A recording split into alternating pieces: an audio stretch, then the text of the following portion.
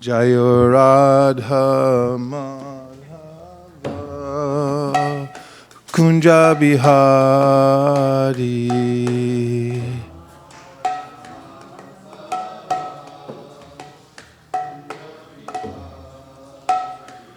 Jaya Radha Madhava Kunja Bihari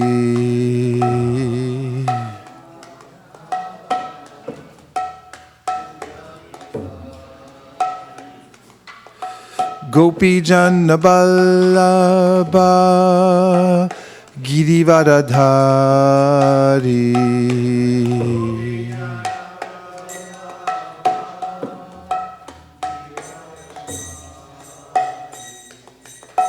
Gopi Jana Vallabha Girivardhari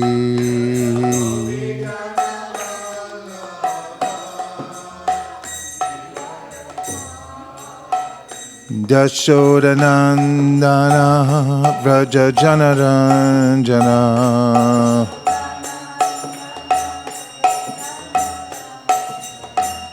Yashodanandana Vraja Janaranjana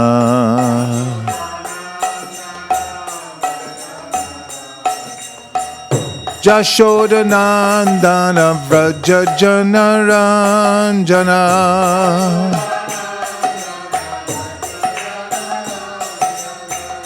Yashodanandana Vraja Janaranjana Jamuna Tira Vanachari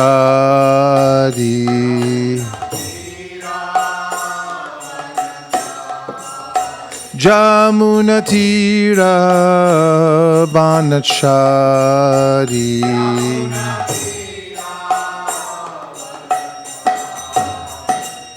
Jaya Radha Madhava Kunja Bihari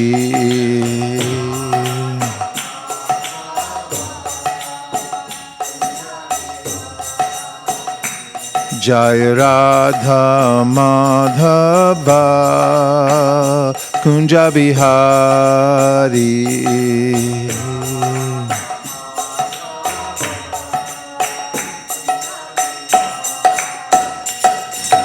Gopi Jana Vallabha Girivardhari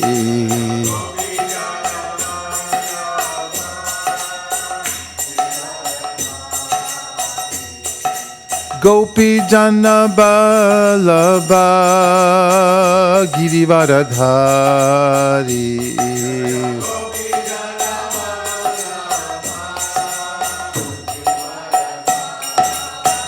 Yashodanandana Vraja Janaranjana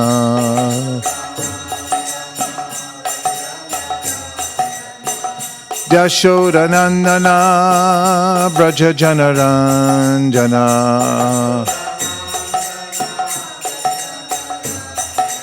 Yashodanandana Vraja Janaranjana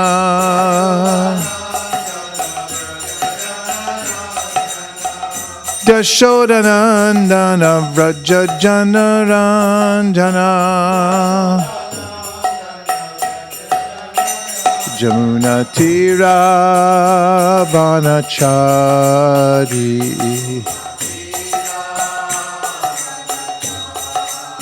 Jamuna Tira Vanachari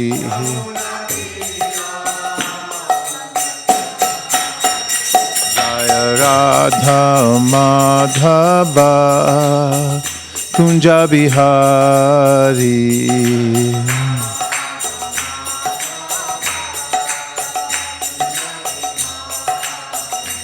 Jaya Radha Madhava Kunja Bihari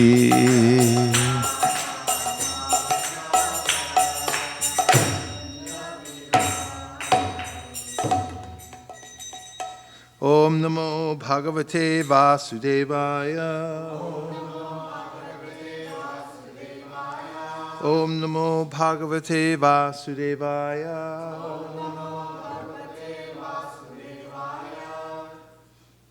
Om Namo Bhagavate Vasudevaya. Om Namo Bhagavate Vasudevaya. Narayanam Namaskritya. Naram Chaiva Narottamam. Devim Sarasatim Vyasam. Tato Jayam Udiraye.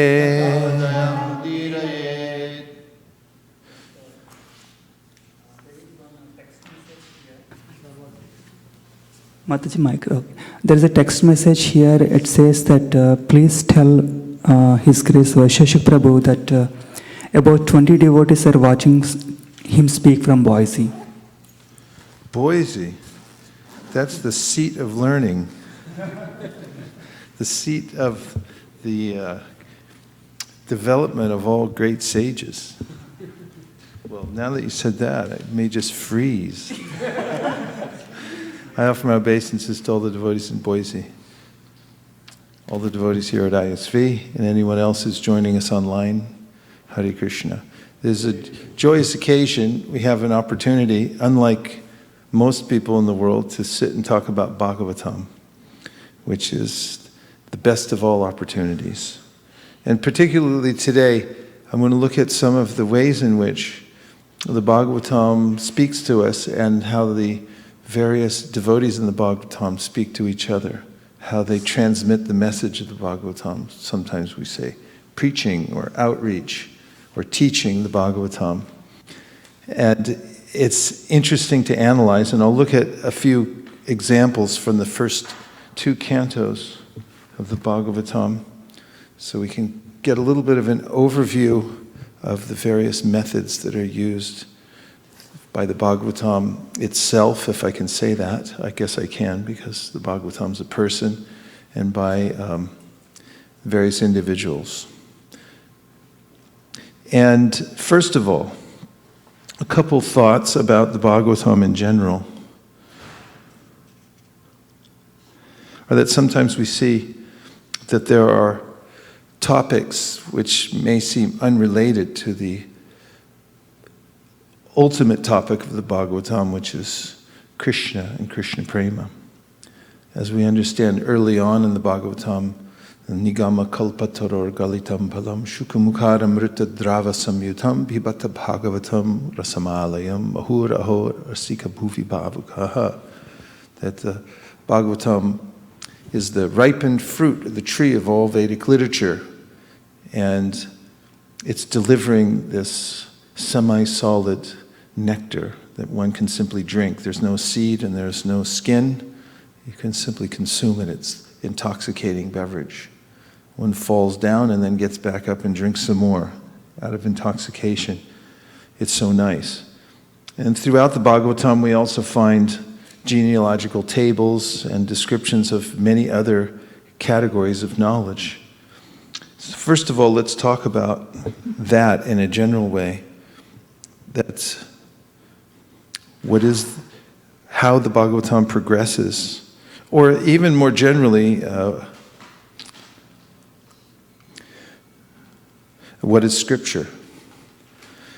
And how does it work? Because oftentimes people who are agnostic or atheistic don't understand Scripture. They think it's something ordinary. It looks ordinary. Perhaps if you look at the physical object, so-called physical object itself, this book, and oftentimes I talk about this, especially recently, that books are containers, and each one is holding idea seeds. And those idea seeds, of course, are meant to be distributed. Otherwise, why take the trouble to put it into the form of a book? You'd simply keep it inside for yourself and not discuss it, or what to speak of, organize it into writing and then put it into a form that can actually be transported and go across borders and into people's homes, and that people can carry around for hundreds, thousands of years and look at and imbibe, which means to drink, the ideas that are inside. And so although it's written, there's a way in which the temporal, the paper and the ink meet the divine. Just like in the deity, we say the deity is made out of wood, stone, jewels, paint, so forth. But actually, the deity is not material. The deity is Krishna himself, as confirmed in the story of Sakshi Gopal. It's the Supreme Lord personally manifested, although apparently through material elements. So similarly, scripture is like that also. Paper, ink, right? No. Yes and no. It's paper and ink, but actually it's divine. Because, and the reason that it's effective comes up in the Bhagavatam itself, in the 10th canto. Interestingly, in the 10th canto, there's the Leela of Krishna, particularly.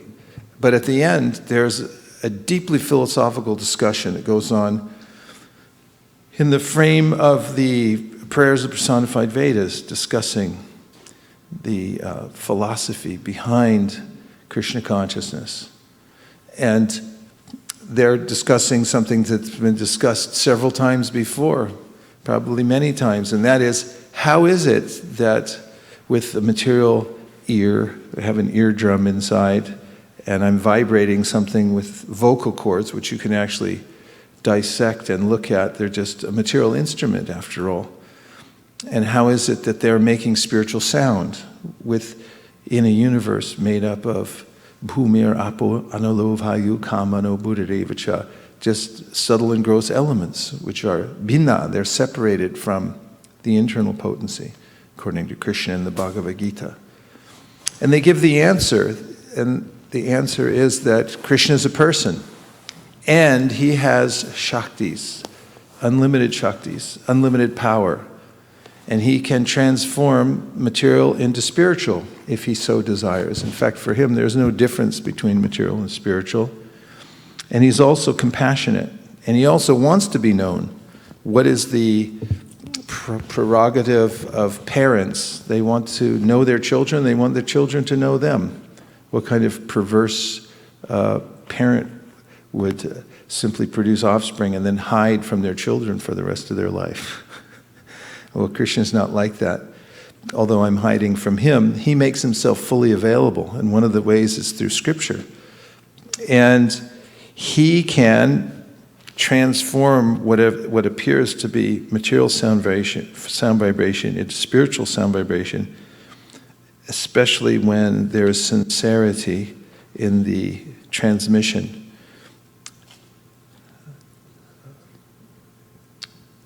Tesham satata yuktanam bhajatam priti purvakam dadami buddhi yogam tam yena mam upayanti te. Krishna talks about how for somebody who's sincerely endeavoring to know him, he gives intelligence from within, right? Tesham satata yuktanam bhajatam priti purvakam. Somebody has this ardent desire, has this love for Krishna, some attachment to the topic of Krishna. Priti purvakam. Krishna gives intelligence. Dadami buddhi yogam tam yena mam upayanti te. Dadami buddhi yogam tam. He gives intelligence by which they can come. So he's the one overseeing the process and transforming the energies, and therefore through scripture, he can fully express himself. And Vyasadeva points this out also in the Vedanta Sutra, that God is to be known through the scripture alone. So, it's very important to accept scripture. In fact, faith, shraddha, we say, adau shraddha tata sadhusangata bhajana kriya. The beginning of spiritual life is shraddha, but shraddha in what? Really it means faith in scripture. That I understand that there's a divine medium through which God reveals himself, and it's through the scripture. And to the degree that one accepts that, one is said to have shraddha, or faith. Shraddha shabdi vishwas kahi sudrida nishchoy krishne bhakti koile sarva karma krita hoy. Faith means that one has trust that simply by investing oneself in devotional service, being directed by the devotional scriptures, that everything else, all the purposes of life will be fulfilled. If you simply have faith in Krishna, who reveals himself through the scripture. Where else does that said in scripture? I'm thinking in the Bhagavad Gita. Vedeshu yagyeshu tapassu chaiva daneshu yat punya palam pratishtam atyeti tatsarva idam vaditva yogi stanam param yogi param stanam upayati divyam. So there's a way in which Krishna says that if you simply have this faith and in him and worship him, then all other purposes will be fulfilled. So it's mentioned about Bhagavad Gita is like a wish-fulfilling cow, like a kamadhenu. Everything, all your desires can be fulfilled through the Bhagavad Gita. So there's this way in which through scripture we get everything. And through the Bhagavatam especially, because it's nigama kalpataror galitam palam shukamukad amrita samritam. It's this unbelievable nectar which is the fruit of all the Vedas. So you need a little bit of intelligence, and you need some faith, and you need some thoughtfulness to be able to appreciate it. As first canto of the Bhagavatam says, Tachchadadhana munayo jnana vairagya yuktaya pashyantya atmani chatmanam bhaktya shuta grihitaya. That one to fortify oneself on the path of devotional service guided by the scripture should have knowledge and detachment, and one should also be thoughtful. One has to be thoughtful. Okay, so we know there are different scriptures. There's the Shruti, which is eternal. It simply appears at various times, and we hear about in the Bhagavatam and the Laghu Bhagavatamrita how the Shruti manifests through the speaking of Hayagriva. The Lord appears and speaks the Vedas, the original Vedas, but those Vedas are eternally existing, just as the Lord's eternally existing. There's various parts of the Vedas, but interestingly in the Gita, Krishna, referring to them, says that Traigunya Vishaya Veda, Nishtraigunya Bhavarjuna, that mostly they relate to the three modes of material nature. There are rituals within the Vedas. There are explanations of how to carry out those rituals. And there are various prayers that go along with those rituals, which are mostly mentioned in the various sections of the Vedas. And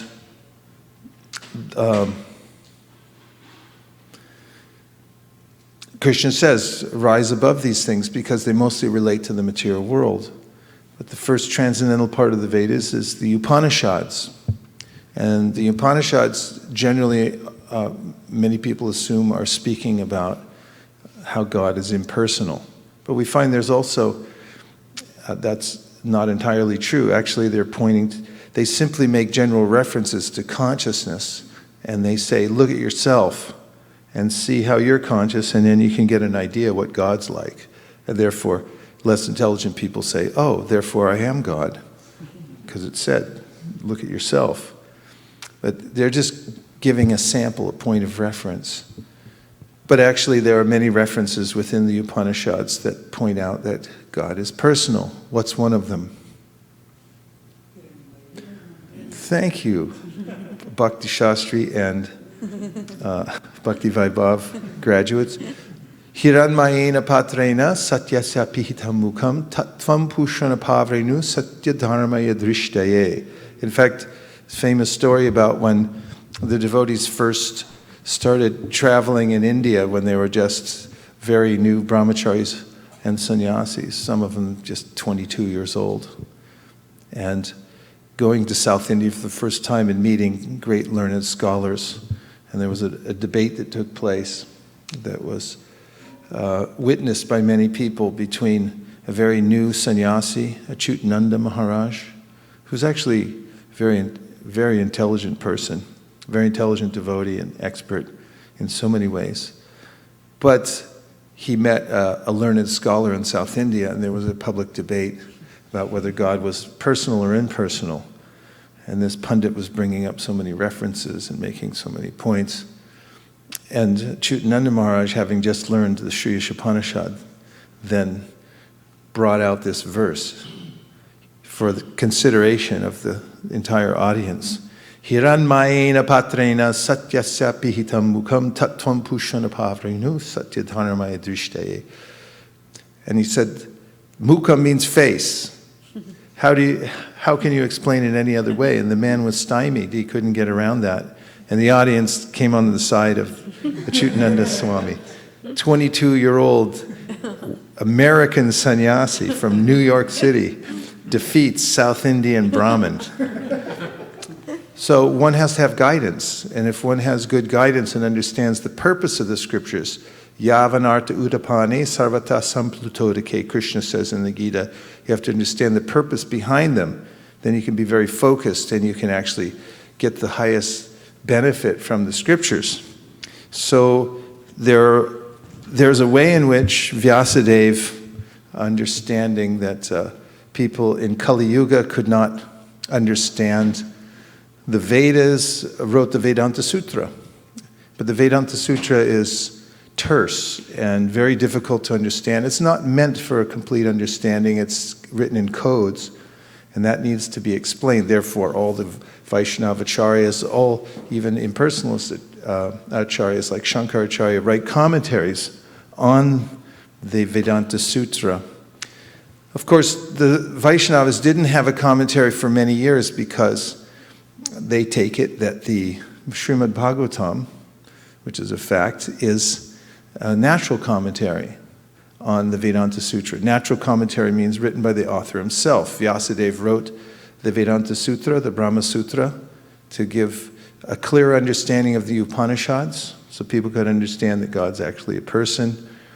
And then he wrote the natural commentary, the Bhagavad Purana, to unpack that, if I can use that horrible phrase, that understanding of the Vedanta Sutra. But later we have the Govinda Bhashya that explains, according to our Vaishnavas, Gaudiya Vaishnava Siddhanta, the meaning behind the Brahma Sutras. So there are Vedas, there are Upanishads, then there are the Puranas and so forth. And Vedavyas is glorified for bringing these all out to the world. As we know, he divided up the various Vedas and gave them to different disciples. And then when he made the Puranas, which are really meant to explain in layman's terms and worldly terms the meanings behind the Vedas, in practical ways, he also assigned them to various disciples to help disseminate them and so forth. But as we know, and now coming to the point of the Bhagavatam itself, that Srila Vyasadeva was not satisfied, was he? No. How was he feeling after he got all that work done? Morose. Have any of you ever felt morose before? Yes. Every once in a while?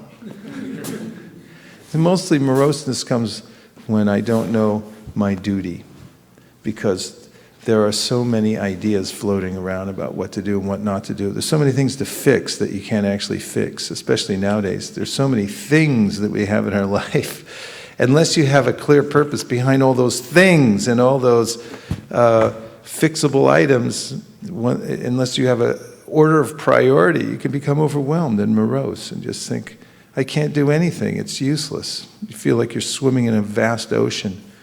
So Vedavyas felt like that also, because although he was trying to do the highest good by explicating the Vedas and presenting the absolute truth in a way that people could understand it, he didn't feel that he had accomplished his mission. So then what do? You got to get outside help. You have to get expert help. This is one of the best ways to advance in life.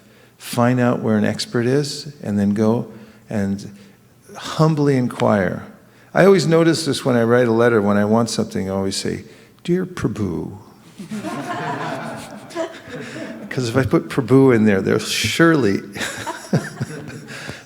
write back and say, "Yes, how can I help you?" So Krishna says, "Tadvidi pranipatena pariprashnena sevaya upadakshanti te jnanam yaninas tattvadarshina." If you want to know something, go to somebody who's already expert in it. There are experts in everything in the world, everything. And go to them. Don't waste time. Just go to them. Go to the expert. Find a mentor. And inquire submissively. Render service. And tadvidi pranipatena pariprashna. Ask questions. That's what happens in the Bhagavatam. And this is what we're getting. Now we hear in the 5th chapter of the 1st canto how Vedavyasa meets his spiritual master, Narada Muni. Such a beautiful picture. You see Narada Muni coming down into that ashram where Vyasadeva stays. Such a touching thing. I remember the first time when I saw that, I thought, this is the essence of spiritual life. Finding somebody who actually knows, who's really authorized and connected, and simply sitting with them, inquiring. So this is a momentous occasion that takes place in the 5th chapter of the 1st canto. So Srila Vyasadeva opens his heart to his spiritual master, guhyamakyati prichyati, which is how you advance in spiritual life. You reveal your heart, and he tells his spiritual master, and I'm doing my service the best of my ability, but it's not satisfying. I must be doing something wrong. What am I doing? And then Narada Muni gives him the straight sauce, as they say. And that is that, no, you've cheated people. You haven't come out completely about the Supreme Personality of Godhead, Krishna. You haven't focused their attention enough. Bahushaka hyanantascha buddhayo vyavasayinam. If people are given various options for sense gratification, Krishna says in the Bhagavad Gita, they'll take it and then that'll branch out. You don't just have lemon, but you need lemon lime. You got to have, how many flavors in Baskin-Robbins? I mean, it's just not enough in the material world. Everyone, more and more material variety, more ideas, the intelligence comes up with sense gratification. It's a banyan tree of unlimited proportion that we can't get out of because of all these material desires emanating from senses. So you need a point of focus. And he's telling him, all these scriptures you wrote, okay, you wasted your time. Start telling him about Krishna, the Supreme Personality of God, and tell him you have to focus here. So when Vyasadeva gets this instruction, he goes into his samadhi, and he sees, by the mercy of his spiritual master, he can see Krishna and his energies, and then he's able to explain the ultimate goal of life is Krishna, the Supreme Personality of Godhead. And we find this in the outset of the Bhagavatam, 3rd chapter, Krishnastu Bhagavan Swayam. He comes out and tells that although there are even many incarnations of the Lord who are equally powerful, still there's a source for all of them, and that is Krishna, the Supreme Personality of Godhead. And we find elsewhere that there are particular distinguishing features of Krishna that are beyond what any other avatar of Krishna has, and that has to do with his sweetness in Vrindavan. And the Bhagavatam definitely focuses our attention, especially culminating in the 14th chapter of the 10th canto, on Krishna's preeminence as the Supreme Personality of Godhead, even as he performs his sweet pastimes in Goloka, in Vrindavan. Boma Vrindavan, just as a cowherd boy with friends who wrestle with him and so forth. But through the Brahma Mohana Leela, it's revealed how Krishna is actually the source of all the other incarnations and so forth, and he's the Supreme Personality of Godhead. Does that make you feel better? Yes. Much better. We're feeling better already. So, in the Kali Yuga, people are lazy, and unless you give them a very direct and clear understanding and a process to attain it, they will become mired in all kinds of other ideas and philosophies and so forth. So, there's another reason that there are various other kinds of descriptions in the Bhagavatam besides just Krishna as the Supreme Personality of Godhead. And that is that it's written in a particular format as a Purana, and there are distinct features of a Puranic writing which must be there, which have to do with the creation, the sub-creations, maintenance, and so forth. You find that in many of the different prayers that are offered. All of a sudden, you start hearing about the creation and so forth. And throughout the Bhagavatam, there's the adherence to this form of a Purana, of what a Purana is. And that's one reason. And interestingly, even though the Bhagavatam is very much focused on Krishna as the Supreme Personality of Godhead, Krishna, out of his kindness to all living entities, who he's given free will to, gives an opportunity for them to misinterpret the Bhagavatam. And therefore, Vishwanath Chakravarti Thakur says that the Srimad Bhagavatam is also like Mohini Murti. Mohini means to bewilder the mind. And what did Mohini Murti do when the demigods and demons churned the ocean of milk and they received nectar at the end? Of course, I'm cutting out a million details.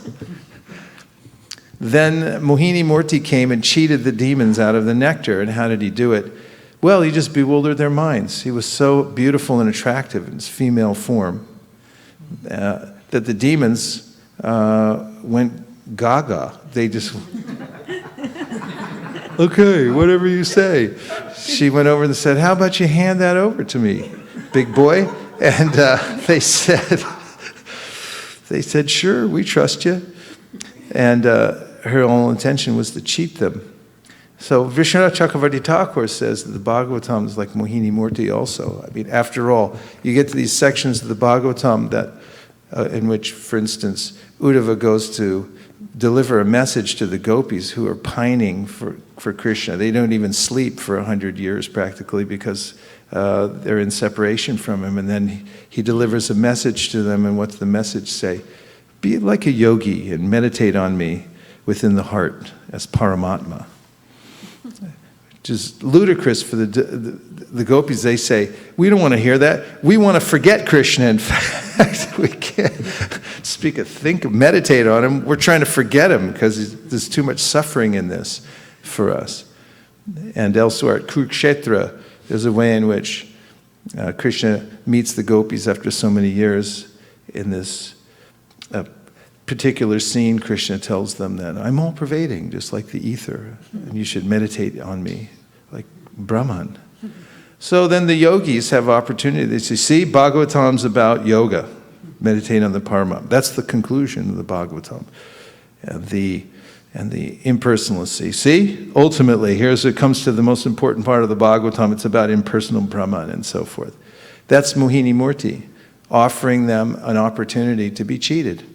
And Krishna does that out of compassion, out of giving free will to the living entities to go whichever go in their own directions, according to their own deluded desires.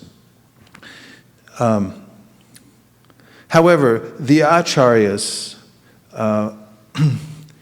these are apparent contradictions. They're not actual contradictions, and that's why we also need help from the acharyas to understand the Srimad Bhagavatam. For instance, they give us a clear understanding of why Krishna is saying that,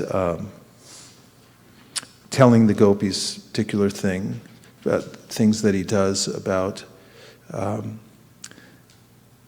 meditating on him or as impersonal Brahman, or considering that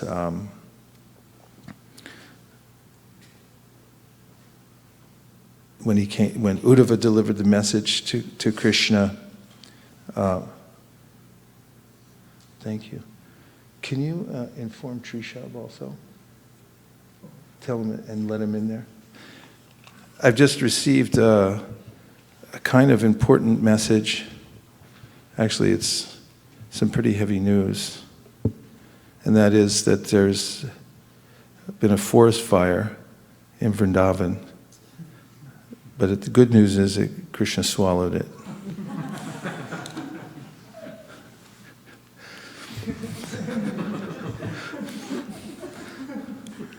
In any case, as I was saying, the acharyas will take these particular statements and rectify them and help us understand what Krishna is actually saying, that there's a prakat, an aprakat lila, that Krishna appears, sometimes he's manifest, sometimes he's not manifest, and they tie up all these loose ends.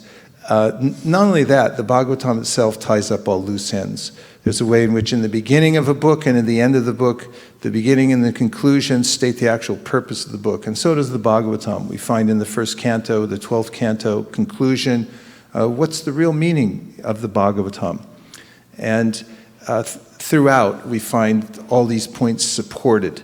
But there's room for misinterpretation of the Bhagavatam, so one needs to take help from the great devotees, the acharyas who understand the ultimate purpose of the Bhagavatam.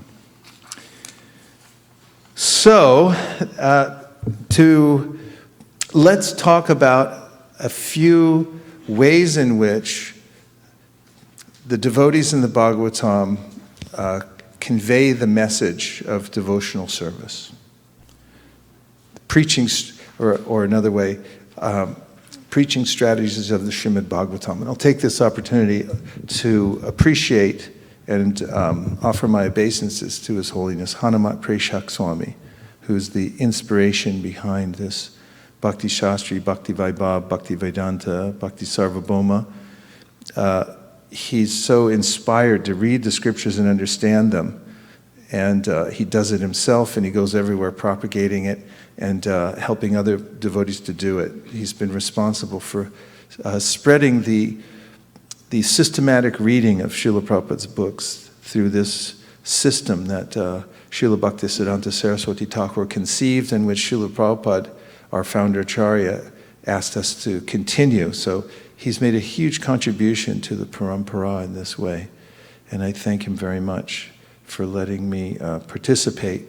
And also to Srivas Pandit Prabhu, who's perfect swadharma. He just fits perfectly into the role of a teacher. In fact, he's not meant for this world. He doesn't fit in Silicon Valley. He fits in a grass hut somewhere surrounded by berry trees with lots of students around where he can just teach and teach. And that's what this place is. We're about the size of a little grass hut here at ISV. And he has so many students. He's taught the Bhagavatam too, and the Bhagavad Gita and other scriptures. So this is foundational to our Krishna consciousness movement, the ongoing discussion of the Bhagavatam and all the other scriptures. Otherwise, we don't have that much. Well, we have the holy name, but we wouldn't be able to sustain it without sambandha gyan, without understanding why we're doing it and so forth. So thank you to those exalted devotees. And Hanumat Preshak Swami actually asked me to discuss a few points from the first two cantos of the Bhagavatam about what he calls preaching strategies.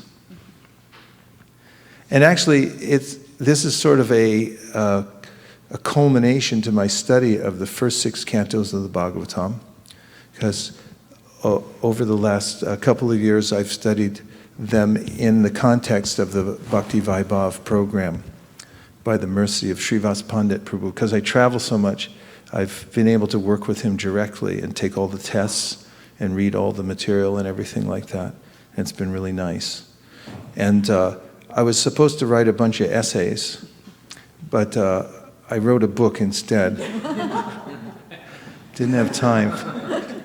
So actually, to bring out, and I'm seeing the wisdom behind this, to bring out the, to actually go deeper within the material that I've already looked at, besides just reading it and taking the tests, to actually look at a specific part of it, because it's so unlimited. You can't explicate the entire section of Bhagavatam, or even one small section of the Bhagavatam, what to speak of the whole thing. So just looking at a few points and then going deeper within those points is very powerful. Over the last couple of days, just looking through the table of contents of the first two cantos and looking at them through the frame, through the lens of preaching strategies has been very enlightening, and I've appreciated it very much. So here's just a few thoughts about that. So one of the techniques, so to speak, of the way the Bhagavatam teaches is through summary.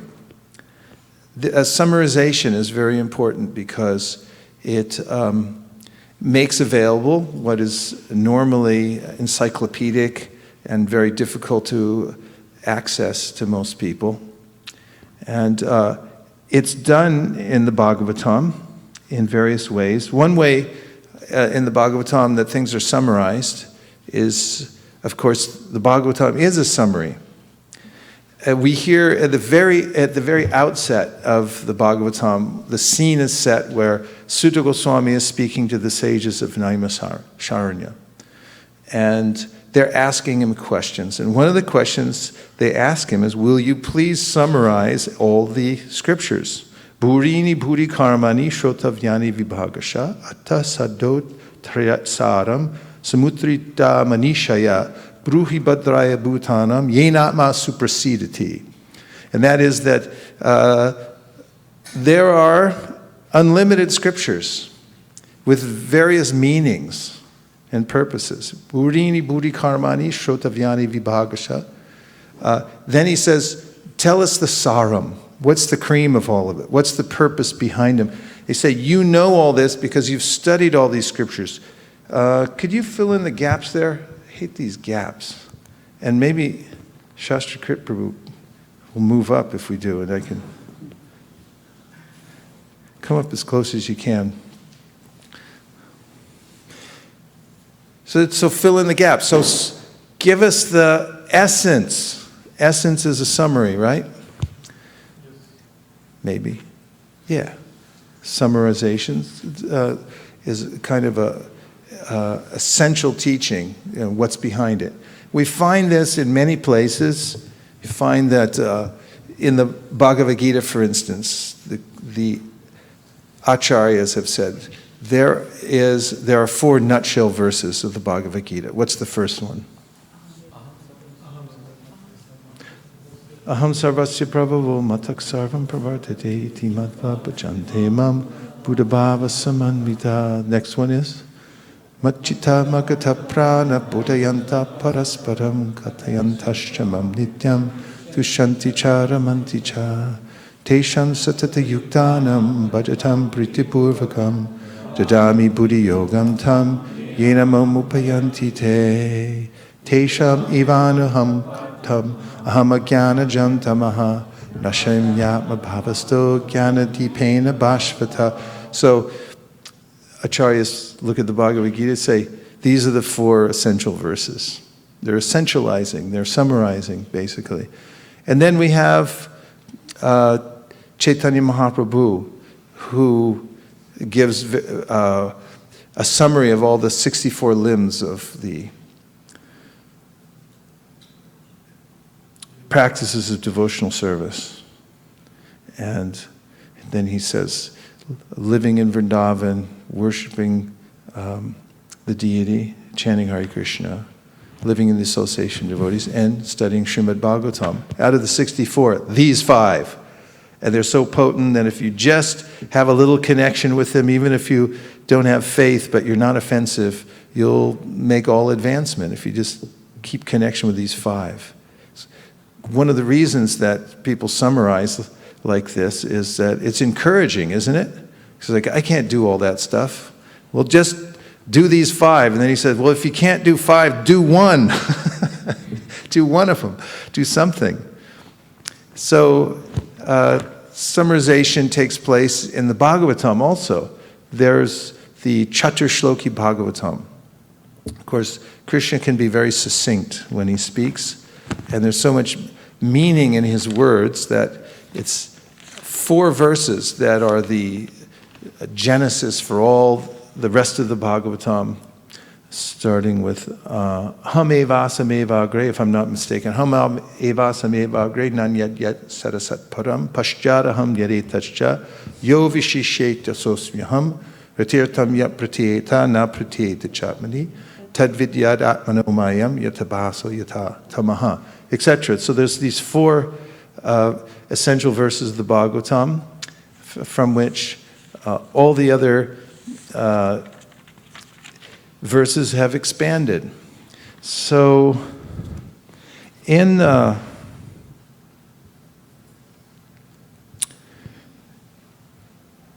Srimad Bhagavatam, Prabhupada writes,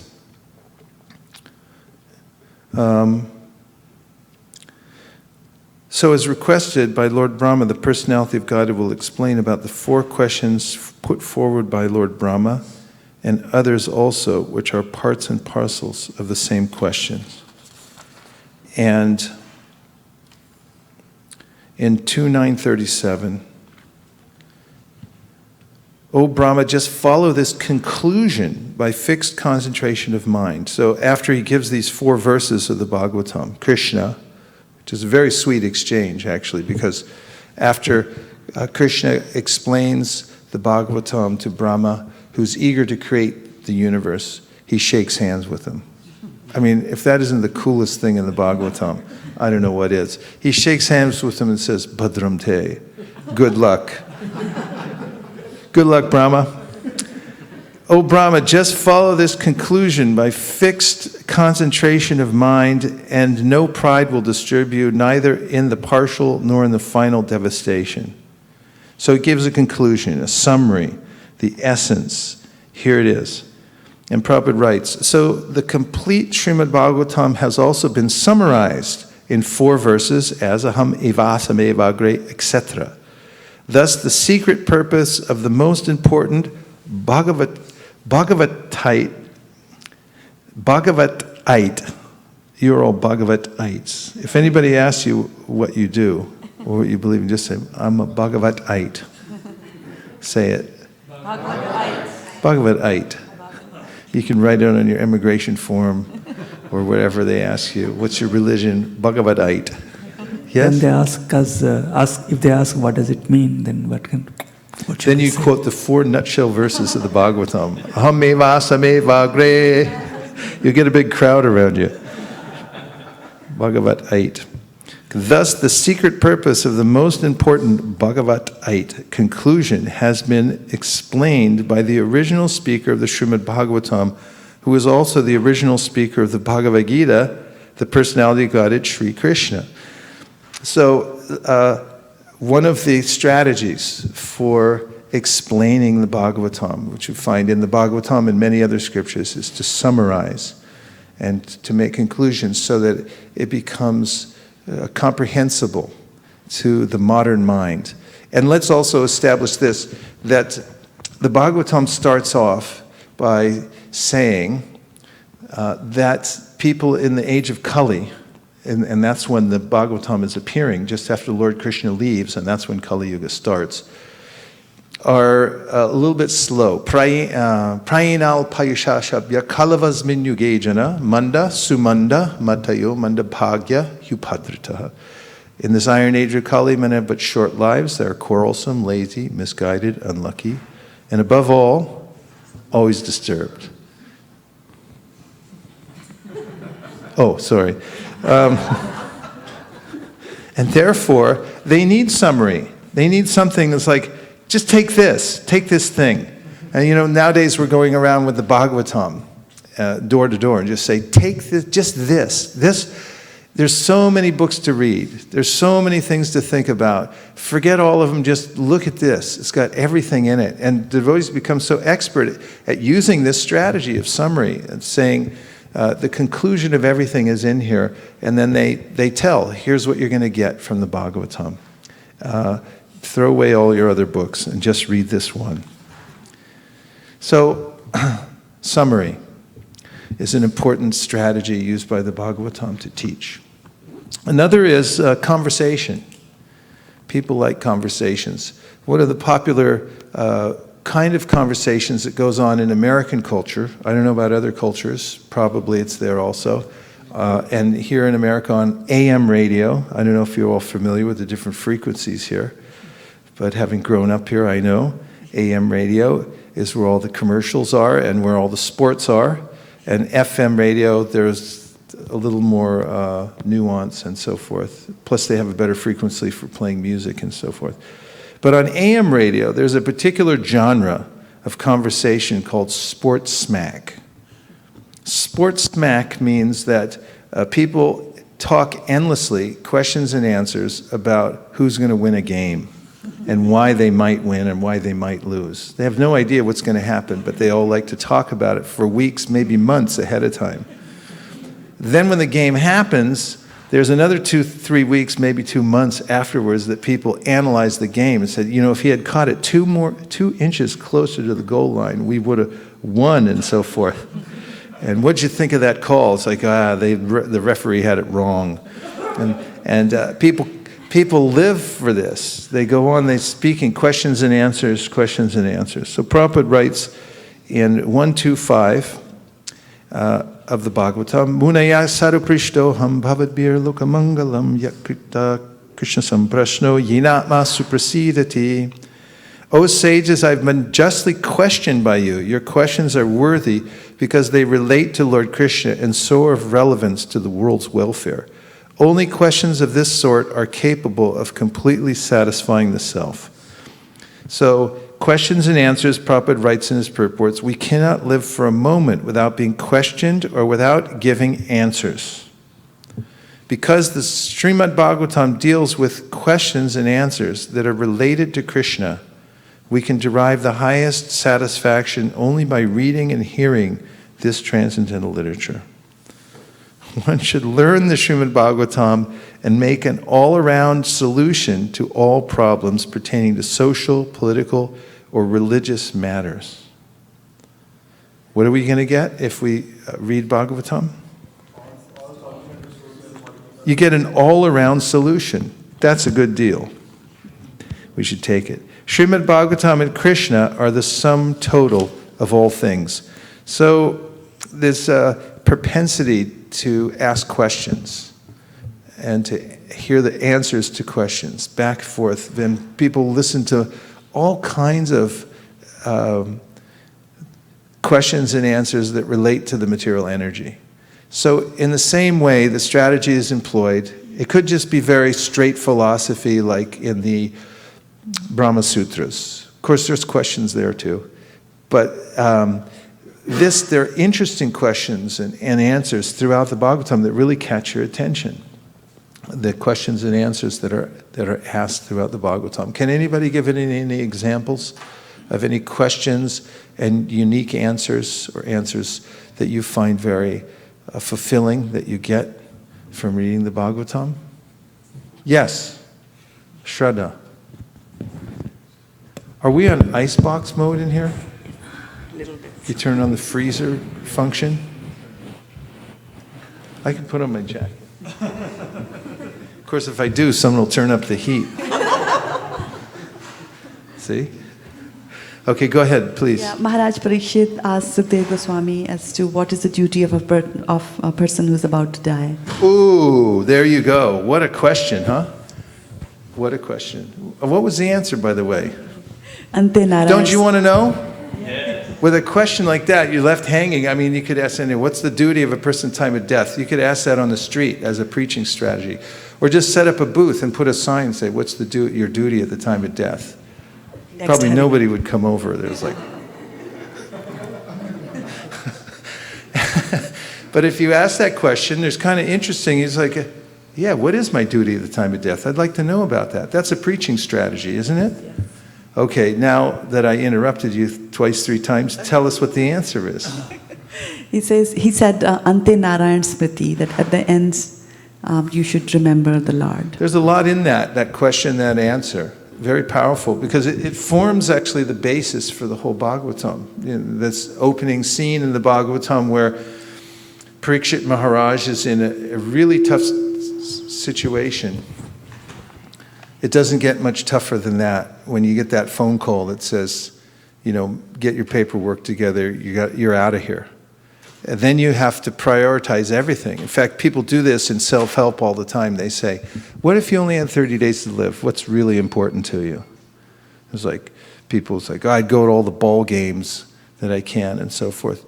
But Bhagavatam says, okay, here's the situation, here's the question, here's the real answer of what you're supposed to do to get ready. So this is a great preaching strategy. Another question, another answer.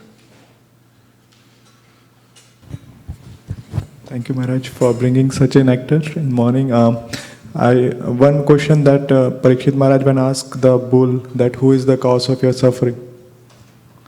Who is the cause of your suffering? Then bull so intelligently, the bull who was in the form of, Dharma who was in the form of bull, he very intelligently replied that some says karma, some says that it's your own, you yourself, some says that is the time.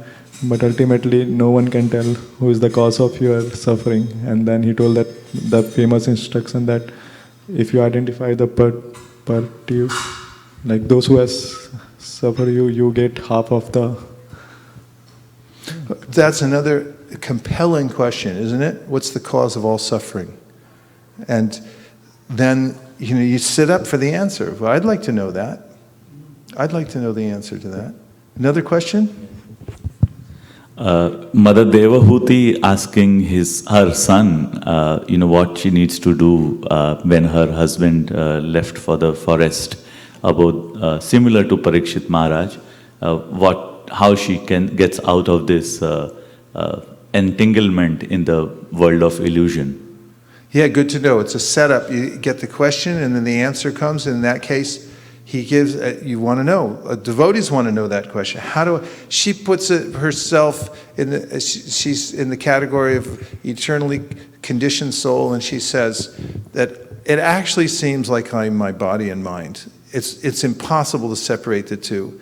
The urges of the senses are constantly harassing me. How can I ever expect to get out of this? And you're thinking, yeah, that's me. I'm in that situation. You want to sit up and hear what the answer is. And he says, you have to go on hearing for a long time. Keep doing your service, hang in there, and hear constantly for a long time, over a long period of time. Yes?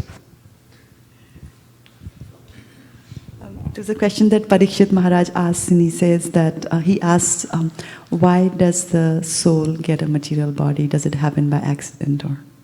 Yes, it comes in the 7th canto, right? No, I haven't. Second canto. Second canto. Okay, good. So, answer? Because of our desires, and we don't want to obey Krishna, and we are controllers. We want to control ourselves. So Krishna then creates this entire creation for us to be controllers. Ouch. Okay, last one.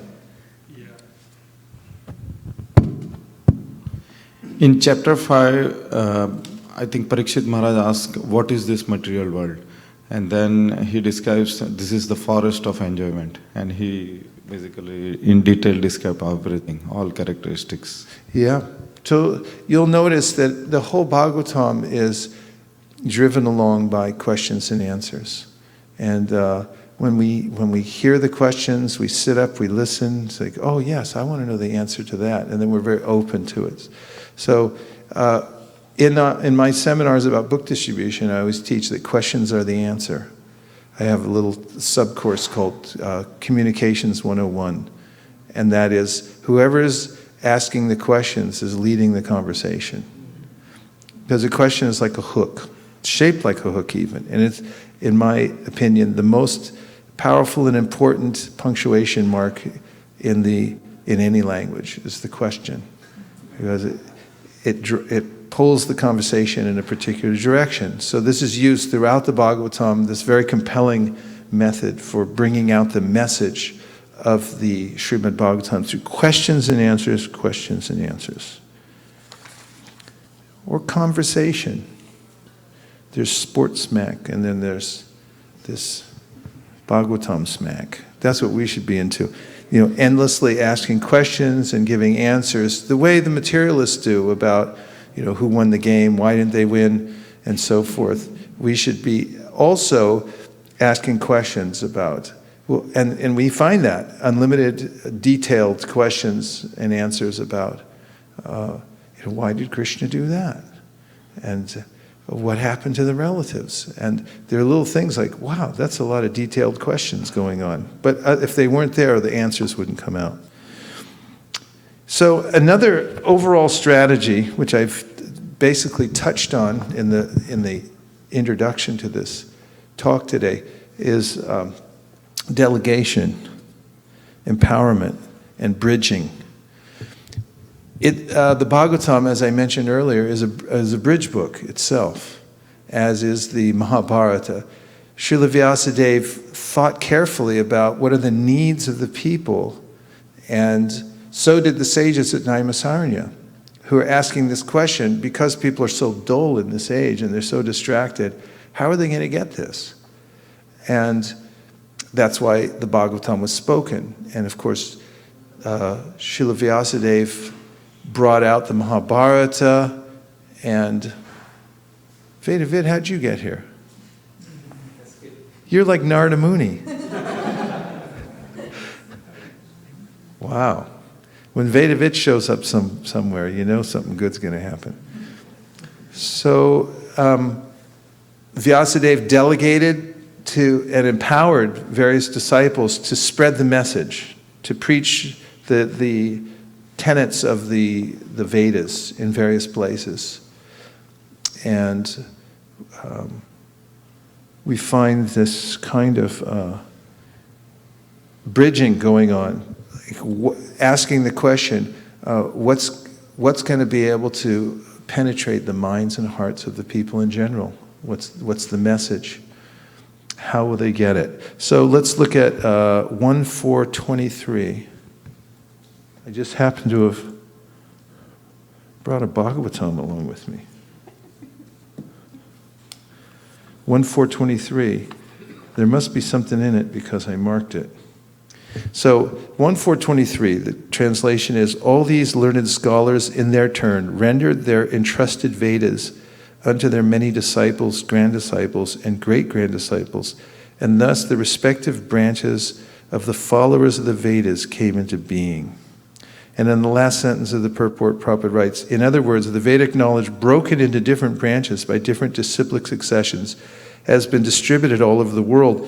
No one therefore can claim independent knowledge beyond the Vedas. Move to text 24, the next one. Thus the great sage Vyasadeva, who is very kind to the ignorant masses, edited the Vedas so they might be assimilated by less intellectual men. That's why he did it. Next verse, which is famous. Oh, of course, I'll read the last sentence of that text number 24. In the present age, the mode of goodness is almost nil. And so, for the general mass of people, the kind-hearted, powerful sage Srila Vyasadeva divided the Vedas into various ways so that they may be practically followed by less intelligent persons in the modes of passion and ignorance. It is explained in the next shloka as possible. So there's a design behind this. This is a preaching strategy to summarize, and to also bring out these shastras in such a way that people will be attracted to them. And we find this in the distribution, door to door, of the Bhagavatam, isn't it? And that's why the distribution of the books should go hand in hand with the intellectual study of the books. They complement one another. You can't just take Bhakti Shastri, Bhakti Vaibhav, Bhakti Vedanta and say, okay, I know everything. You don't. You have to also go out and distribute them, because that's the spirit of the book itself. It's meant to be distributed. That's what a book is. A book's meant to be distributed, and we see that Vyasadeva's intention behind this was to make sure it goes out to the people in Cupertino, or as you all say, Cupertino. And all the different places around the world, people have to get the Bhagavatam. And in the course of learning how to present it, you also have to do the same kinds of use the same kind of techniques. You have to summarize, and you'll notice what attracts people's attention. I just saw in the presentation a couple of weeks ago, the devotees were saying, we go in there, tell the stories about how the philosophy of Bhagavad Gita is explicated in the Bhagavatam through stories. And then people get attracted. And you go, oh, I understand. That's what the Bhagavatam is. It's meant to attract people's minds and hearts through these stories that have the essential spiritual points in them. And if you do the two things side by side, that is, study the books intensely and then go out and learn how to present them to others expertly, as Prabhupada said, it's a great art. He said it's not so easy, but if you practice, you can learn the great art of distributing the Srimad Bhagavatam. Then, with those two activities, you have the perfect nexus where you actually realize the knowledge completely. If you have one without the other, it's very difficult. Prabhupada used to, when he was presented with some prolific book distribution results from somebody, he would often say, are they reading the books? And constantly he was saying, distribute the books. So you have to do both at the same time. That's the perfect combination that will take you across the material ocean so quickly, you'll be so preoccupied with doing those two things, you won't even notice that your life went by. You'll look down one day and go, oh my God, I'm 75 years old. I'm going to die in a few days. And you go like, what did I do with my life? Well, let's see. I read Prabhupada's books and I distributed them, and that was basically it. And that's what you want to end up with on your report card.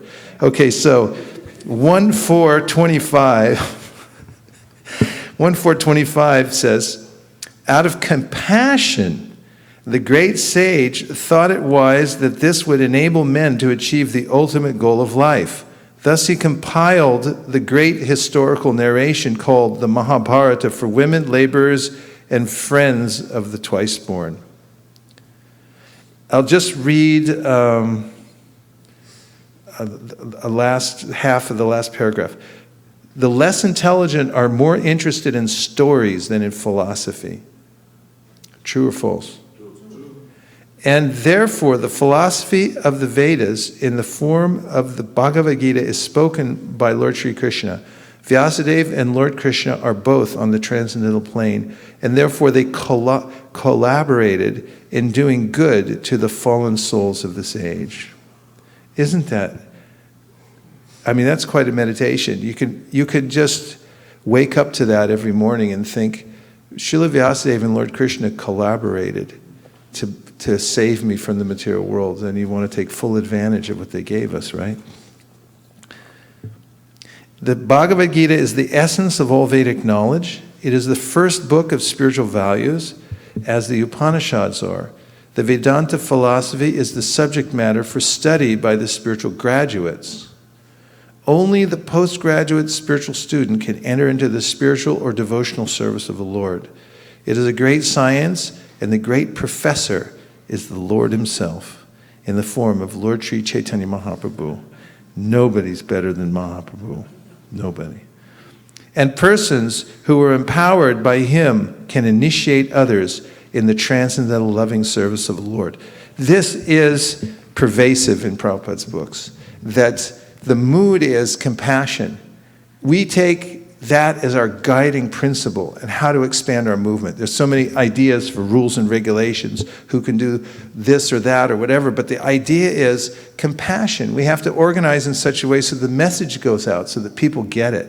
We also notice that the more we refine our ideas about how to appeal to the mind and senses of people in general in the age of Kali, the more they can actually take the essential message. And that's what Krishna is doing. That's what Vyasadeva is doing.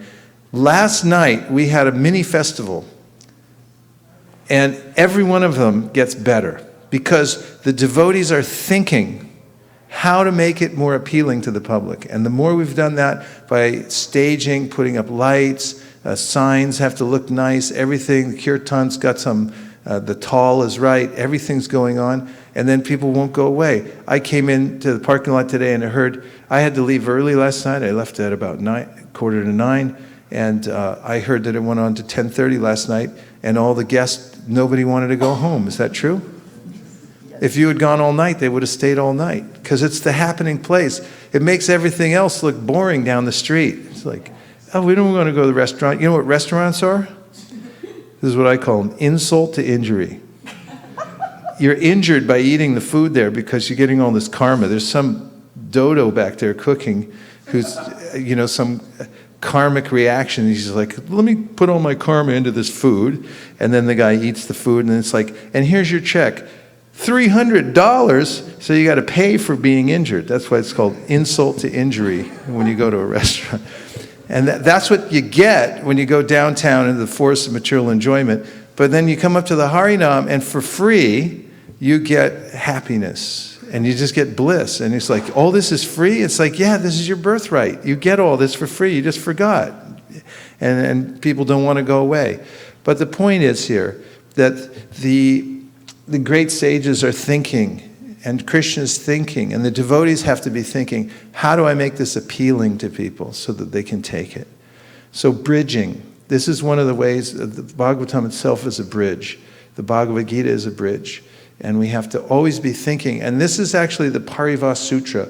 Srila Prabhupada talks about realization in the Bhagavatam, and he says, don't try to surpass the previous acharyas. You have to take what they say as it is. However, you have to represent it in such a way that it appeals to the person you're speaking to. You have to know what their culture is. You have to understand. You have to empathize with them and present it in such a way that they will get it. And that is what he calls realization. And that is what the parampara is. As this comes down, you actually have to have people around who are living the philosophy and who are teaching it through their lives' examples. And when they speak it, they're speaking realized knowledge, not just theoretical knowledge, because they're undergoing the entire course throughout their lives so they can present it to people in general. And that's what the Bhagavatam advocates. That's what it's based on. Okay, another preaching strategy from the Bhagavatam is to tell one's own story. Yep, to tell one's own story. So, where in the Bhagavatam do you find that somebody tells their own story? We should have a show called Beat the Pandit, and we'll put Mukaravinda in there. You can try to stump the Pandit. Go ahead. It's your mercy, Maharaj, everything. So I think in the Narad Muni, when he comes to teach the Vyasadeva, when Vyasadeva was morose and Narad Muni comes, then he says his own story, how he was in the previous life, maid, servant, son, and then he elaborates the many big... Isn't that a fascinating story? And you know how it starts? Well, actually, even in the first canto of the Bhagavatam, first chapter, Tadekada Tamunaya. Tadekada means once upon a time. Did your mom ever read you a story like that? Dainidi, anybody, every time? Did she sit you down and said, okay, David, once upon a time. And it's like, what happened? Even in Japanese, there's a story they used to teach the language, Mukashi Mukashi Aru. Which means long, long ago. It's once upon a time. Mukashi Mukashi Aru. And then we have this Ekada Tamunaya. Once upon a time. And so throughout the Bhagavatam, you'll find it's not just straight philosophy. It's like, okay, now a story. Here's the story. And this whole chapter, what is it, chapter 6 of the first canto, is Narada telling his story. Very interesting. He's living at home with his mother. The sages come, and he serves them out of enthusiasm for just seeing self-effulgent, great personalities. And then one day he said, can I clear the plate for you and everything? Maybe take a little something? and then take a little something, and he starts to develop this intimate relationship and relates like, I'm their servant, and that the knowledge goes in and he becomes transformed. And then they leave and his mother dies. I mean, this is a movie. And the house burns down apparently, and then there's a way in which we've just received another very important message, which is a little heavy if you want to handle this, but Vrindavan was attacked by a whirlwind, and it seems as though it was in the form of a demon, Trinavarta, but Krishna has defeated him. Haribol. Thank you for that news. So Narada Muni then leaves home when he's 5 years old, and he starts wandering through the countryside and all by himself. And that's such an interesting story. Imagine if you wrote the screenplay for that. And 5-year-old kid who's received this spiritual knowledge, and he becomes fearless, and he just wanders everywhere with no parental guidance, but he's experiencing guidance from within his heart, sits down in a lonely forest. He employs all the methods that he's learned from these sages, and then he has communion with the Supreme Personality of Godhead, and he goes into ecstasy. Then he loses it, and then he mechanically tries to get it back, and then the Lord speaks to him in an unembodied voice and says that you're a ku yogi, bad yogi. He said, you're just taking shelter of the mode of goodness. You haven't come to the perfectional stage of loving me. And so throughout this life, just be patient and you'll attain me, and so forth. So through this story, we're drawn in. What other stories do you know from the Bhagavatam? Yes? In the 10th canto, Maharaj Niga describes like why he took the form of a lizard, and he was delivered by Lord Krishna, and he was explaining it to his sons. Why did he get the body of a lizard? He was a very pious king. He was donating lots of cows, and by misfortune, same cow was donated to 2 Brahmins. So they cursed him, and he became a lizard in his next life. Something you don't forget anytime soon, right? You remember these details that come in the form of stories. Very good, thank you. What else? Any other stories that if in the Bhagavatam? Chitraketu. Ooh, what a story. Is the whole point. I can really relate to the story because he's got everything, but he doesn't have one thing, and therefore he's not happy. He's a king. He has everything, but no son, so unhappy. That's an interesting point anyway, the way to frame the story. It's like you can have everything in the world, but if the one thing that you desire you don't get, then you're unsatisfied, dissatisfied. And so Chitraketu then, were you going to make a point?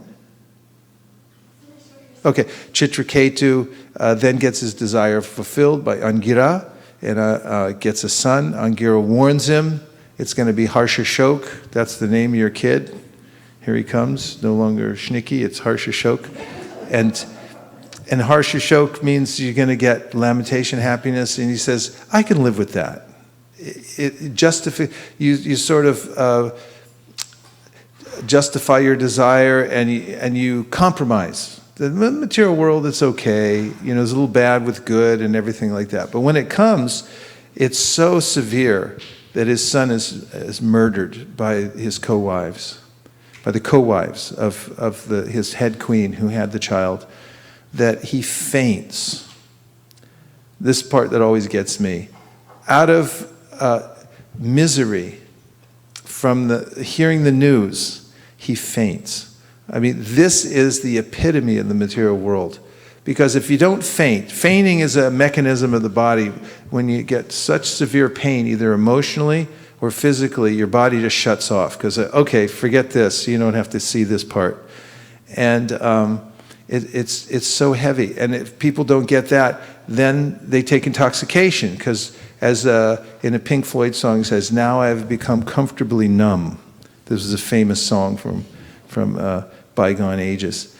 This is like the theme song of the hippies. Now I have become comfortably numb. And how do you do that? Oh, just drink some lighter fluid or something. anything you can ignite as long as it's in your veins, and then it'll light up your, turn off your brain or whatever it does. So then he gets his son back by the grace of Narada Muni and Angira, and the son speaks to him, and they say, "Why'd you leave?" And he looks at him and says, "Sorry, but I don't know these people." And there's a perspective for you. I love my little child and everything like that, but if you put it in the right context, it's like, I don't know, Mac, who is this guy? I'm not sure who he is even. Don't recognize him. I've had lots of parents before and so forth. Kanka. That's a great story. I was just reading that actually, and it's so touching because all of us, even if our children are healthy, they bring us so much misery. You know, there's always that duality. You know, they can be great at one point and horrible at the other. You know, you're always, throughout your life, you think, oh, when they're 30, they're going to be okay. No, then there's all these problems when they're 40. And so it's always it's always difficult. And it's good information to have.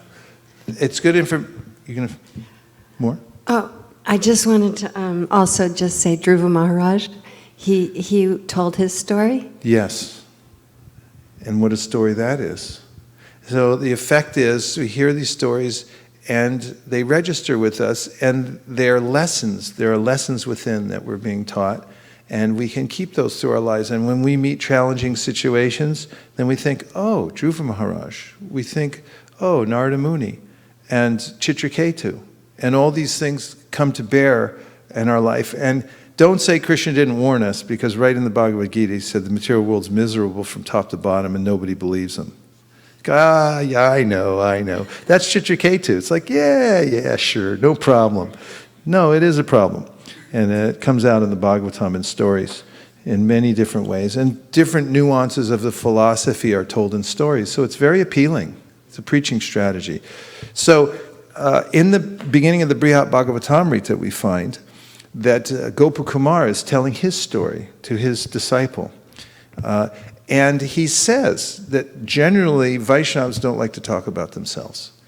But because it's a fact, he says, that by telling one's own story, people listen more attentively and they get the lessons behind it. I'm going to breach this etiquette and tell about myself. I'm going to tell the story. And then he says, because actually the best way to teach Krishna consciousness is by telling one's own story. And we find this throughout our communities in ISKCON. When people sit down or they have a long car ride together, they haven't met each other before. So how'd you come to Krishna consciousness? And tell us the story. Like, so I was minding my own business, and next thing I know, so the story starts to unravel, and you say, oh yeah, that happened to me too. You can relate to it. So this is a technique of the Bhagavatam, story after story after story. Okay, another thing is we find another way of the Bhagavatam teaches us is through benefits-based marketing. This is employed by nowadays by finer companies everywhere, where they think in terms of what's in it for the customer, and then they present it. So we'll find throughout the Vedas, but in Bhagavatam also, that they think in terms of, what's going to attract these people? What's in it for them? We find at the end, as just an example came to the top of my mind, in the end of the Gajendra Mokshana, it says, you read this story every day, you'll never have bad dreams again. And beyond that, it gives over and over again the ultimate benefit that one will get. Here's an example from 177. Simply by giving oral reception to this Vedic literature, the feeling for loving devotional service to Lord Krishna, the Supreme Personality of Godhead, sprouts up at once to extinguish the fire of lamentation, illusion, and fearfulness. That's a compelling reason to turn off the radio, TV, everything else with an on-off switch and sit down with the Bhagavatam and just hear it. It's a good excuse to repair to, a remote jungle and sit down and read the Bhagavatam. Why? Because benefits-based marketing, simply by giving oral reception to this Vedic literature, the feeling for loving devotional service to Lord Krishna, the Supreme Personality of Godhead, sprouts up at once to extinguish the fire of lamentation, illusion, and fearfulness. Benefits-based marketing, simply by hearing this literature. So we hear that throughout the Bhagavatam. There are true, accurate statements made, but they point out what the benefit is. They lead with the benefit, say, just do this, and here's going to be the result. And that inspires us, because we think, I'm experiencing lamentation. Anyone? Anyone? Okay. Illusion. Anyone? Fearfulness. Okay, one person. Lamentation, illusion, these are big three. These are a big three. And simply by giving oral reception to this Vedic literature, how hard is it to give oral reception to something? Is it hard? Why is it hard? What do you have to do to give oral reception to something? What does oral reception mean anyways? Okay.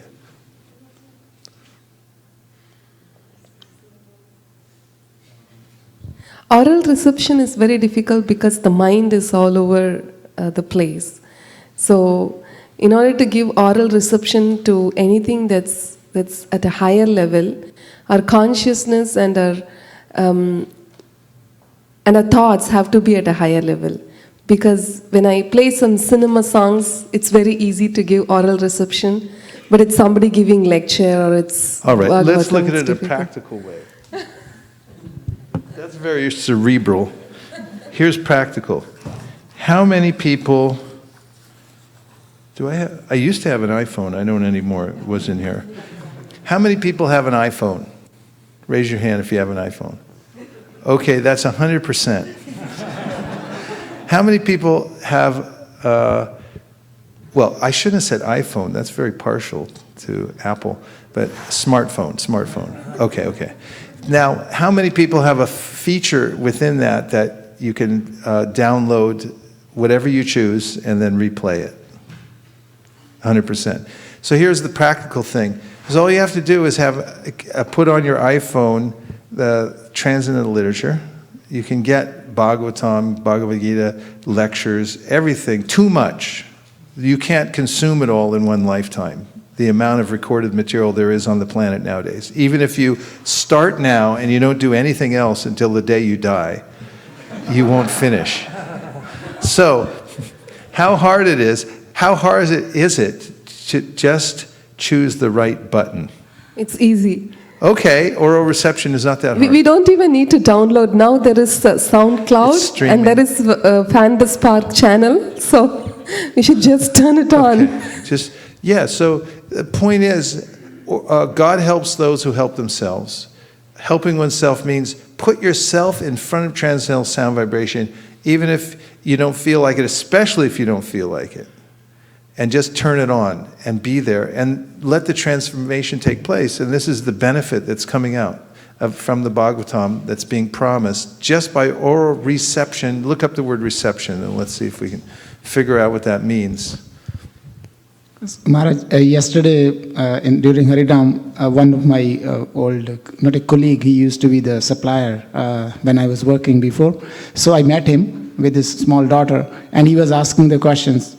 Why you guys are repeating the same song again and again, and why you don't have any variety? I told him, we do have a variety, but we just wanted to maintain the top notch which we have it, so we are just displaying that. And as you mentioned that, I watched him, and then his daughter was there. I just wanted to be friendly with him, a good impression. But then I watched him that he invariably, while he was shooting and taking a video of his own daughter, he was singing. So as you mentioned that when the vibration is already going on, even he was not receptive maybe in the very beginning, I saw him, he was invariably started singing the Mahamantra. Okay, so that's the power. This is a nice point, and it's also mentioned in the Bhagavatam in the beginning of the 10th canto, that when Parikshit Maharaj is settling in to hear the Bhagavatam, he says that there are three kinds of people that get the benefit from this. One is speaker. Two is listener. Third is everybody in between. It goes out, it spills over. We had Victoria told us, she's a member of our community now, and she told us that when she was walking down the street in Palo Alto one day, she heard a monologue going on. I was giving one of those little talks in the middle of the thing, just saying, you know, would you rather watch CNN or would you rather hear something transcendental, or just some kind of little thing? And she just, on the other side of the street, just heard it. And it's like, God, that makes sense. And then she came over to the Harinam. Next thing, she came to the temple. Next thing, now she's going out and teaching Krishna consciousness to other people. So this oral reception is very powerful. And it spills out here, there, and everywhere. So the Bhagavatam is telling us, and it's one of the ways that it invites us and entices us to read the Bhagavatam, is by giving these benefits. And this is just one small sample, but you'll see as you go through the Bhagavatam, there are many places in which the Bhagavatam mentions the benefits you're going to get. So if you make a list of those and remind our minds that this is what you get here, and what you get out there is complete frustration, illusion, and what was the other thing? And fearfulness. That's what comes when you listen to the 24-hour news cycle or sports smack or anything else. Okay, so another technique, strategy in the Bhagavatam for preaching is direct, forceful, cutting instructions. Who likes that? Raise your hand. 1, 2, 3, 4, 5. Okay, not that many. Okay. Direct, forceful, cutting instructions. And where's an example of that in the Bhagavatam that you can think of right away? Vyasadeva Narada Muni, a little bit cutting, not so hard. He said, my dear Prabhu. He says literally, my dear Prabhu, you know, you got it wrong. You kind of blew it. But where is it a little bit heavier? Huh? Dhritarashtra, and who's speaking to him? Vidura, man, that's heavy stuff. He comes in there and said, you're living like a dog. He's talking to a former king, you know, and when you become a king, you know, you start thinking, yeah, I'm cool, and everyone loves me and everything. It's hard for you to see. That's why, you know, people want to make spiritual advancement. They put themselves in humble positions to try to be the servants, even of their servants, so that they don't become overwhelmed with this ego that, yeah, I really am the center of everything and the enjoyer and so forth. But Dhritarashtra lived like that as a king. And now he's living off the remnants of those who killed his sons and who he usurped the kingdom of and so forth. And it's a lamentable situation for such an exalted person. And so Vidura came in and he had to give him some strong medicine. And what did he tell him? He just reminded him, look, you're dying. That sound coming from your throat, that's death. You're not that far away. Your teeth are coming out. Bhima's feeding you. He killed your sons. Let's go. Come on. Cut it out. There was one devotee who was dying in New York City, and he was in a hospital. He was in Maya. He hadn't practiced Krishna consciousness for a while. And what was he doing in the hospital bed as he was dying? He was watching TV, because that's all there is to do there. That and eat Jell-O. They bring you Jell-O. And you know, corn cream or whatever has the worst nutritional value on earth, that's what they bring in a hospital. So hospitals bring you cream corn and Jell-O and bad TV. Bad TV. And that's what he was getting at the time of death. So one of his well-wishing godbrothers went in there and said, let's go, come on, you're out of here. This is Maya, turn off the TV, stop eating cream corn. Let's go to Vrindavan. And he got him out of there, but he had to be direct. And throughout the Bhagavatam, we find some very cutting words, you know, very heavy stuff. One of them comes in the story when, after Hiranyaka died, Hiranyakashipu, of all people, started teaching about Atmagyan to his family members to relieve them of the anxiety they had for losing one of their dear relatives. And he tells them all these stories. One of them is about the Kalinga birds. It's like we distribute books and he said, yeah, nature books on harmony. They open up, Shishupal's getting his head cut off and stuff. Yeah, how to live more in harmony with nature. It's like Kumbhipaka, creamy bhojana. Some heavy stuff in here because the material world's a heavy place and there's heavy medicine that comes out of the Bhagavatam. The Kalinga birds, they're taking care of their little babies and going off. We see all the time these birds around my house. You can see them from my garden. What are they doing? They're building a little nest. They're building a little nest. And here in Silicon Valley, everyone drives off to Home Depot, little station wagon or SUV loaded up, and build a little nest for a little schnicky and get them a college fund and the whole thing. And there's this whole thing. It's like, oh, don't criticize that. That's love. But in the Bhagavatam, it's like, that's not love, that's illusion. It's heavy stuff to tell people that this is illusion. And the little Kalinga birds, and he compares the Kalinga birds to people dutifully taking care of their family, in love, and so forth. And then the cruel hunter's there as death. Don't forget that. And the hunter puts a net around the little baby Kalinga birds. What could be more pathetic than that? You see little babies, and there'd be an outrage all over the internet. Kalinga birds trapped by hunter. It's heavy, and then the mother comes back and thinks, how am I going to save them? And while she's lamenting over birds, the cruel hunter pierces her with an arrow. And now, if that wasn't enough, now the father bird starts lamenting over the babies and the mother. What happens to him? Another arrow, same medicine. That's what you get here in the material world. Is that cutting? Yes, it is. Read Rishabhadev. Rishabhadev's prayers. Knock it off. Start getting serious. Stop doing sense gratification like a pig. These are direct, very cutting instructions. It's a method to shock you, to bring you out of this, oh, I'm okay, you're okay, everything's fine. Justify my sense gratification here in the material world. No! Start getting serious, you're going to die.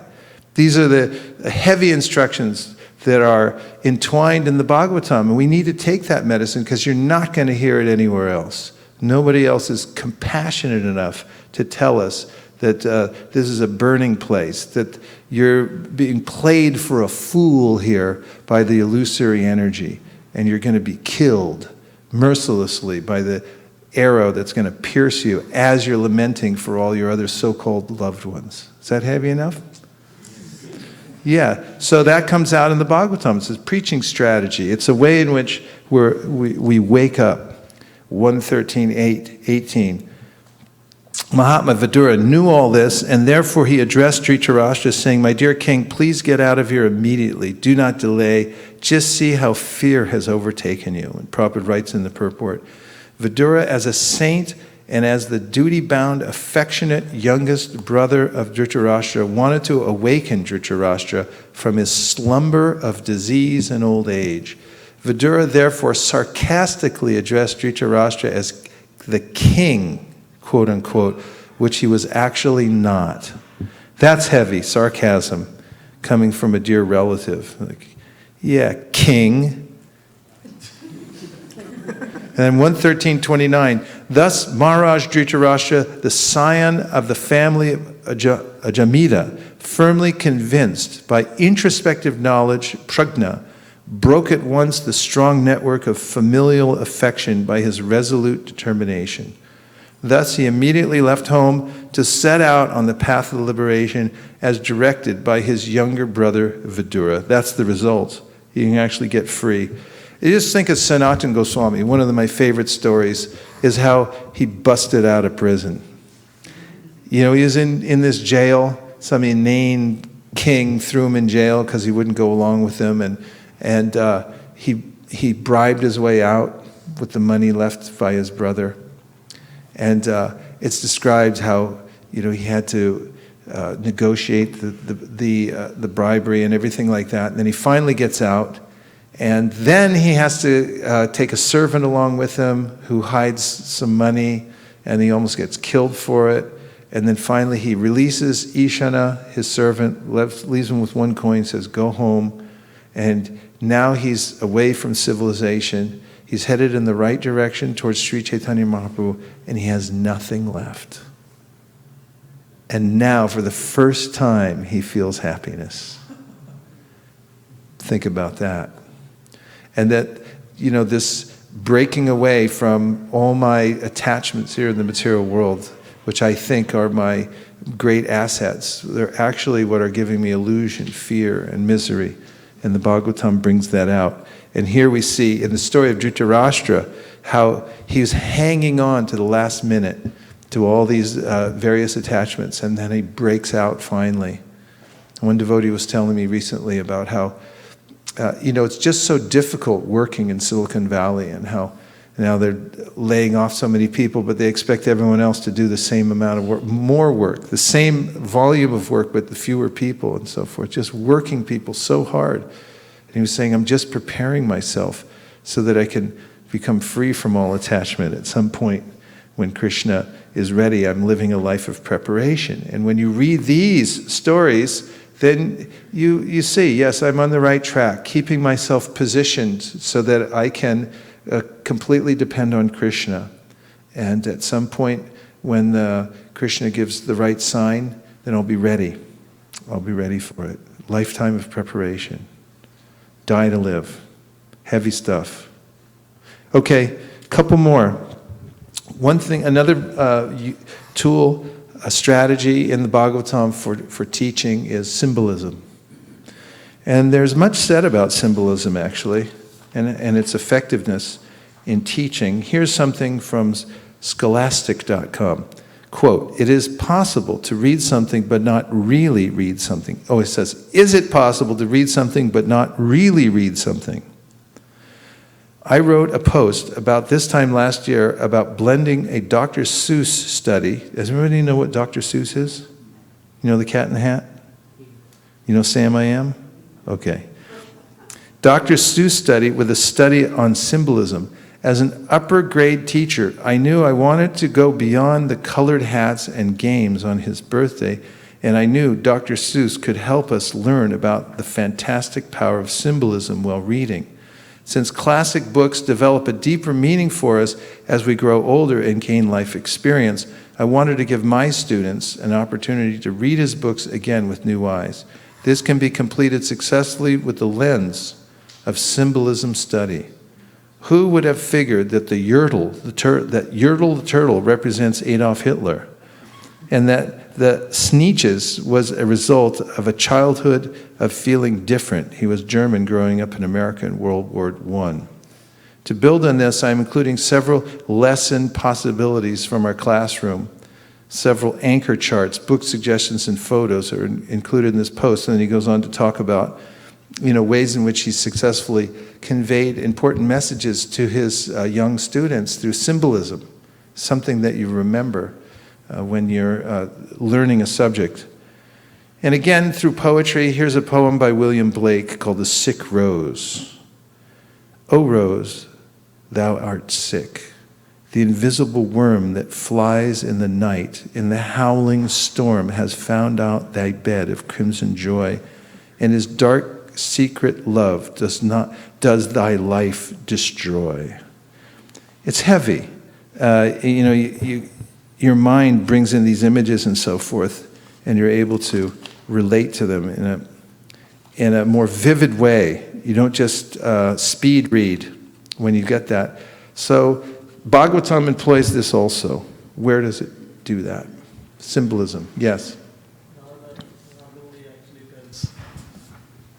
Tells the story of Puranjana to Prachit. Yes, he used an allegory and many symbols in the story to Puranjana. Very ingenious way of teaching somebody something without directly talking to them. We have this very direct method for a particular time when it's called for. We have this very indirect way in which Narada Muni gave an allegory. So let me tell you about a guy that I've heard about. And here's the story. And the king, after a while, was like, oh, Yeah, I think that sounds a lot like me. But sometimes if you're too direct at the wrong time, you're going to turn the person off. They just won't be able to hear it, so you use these allegories. Symbolism, yes. Is the Virat Purusa is also kind of symbolism, like he start comparing different parts of the, like the clouds are like hairs, and so it's to make. Yeah, we could tie that in, and throughout the Bhagavad Gita, Krishna gives the vibhutis so you can relate to it, and then Shukadeva Goswami starts telling about the universe, universal form, and so forth. Here's a little more direct symbolism from the first canto of the Bhagavatam, 117.2. The bull was as white as a lotus flower. He was terrified of the Shudra who was beating him, and he was so afraid that he was standing on one leg, trembling and urinating. Purport, Prabhupada points out, the white refers to principles, pure principles of religion, the whiteness of the bull. That's symbolism. Then you have the bull on one leg. What's that about? Why is the bull standing on one leg?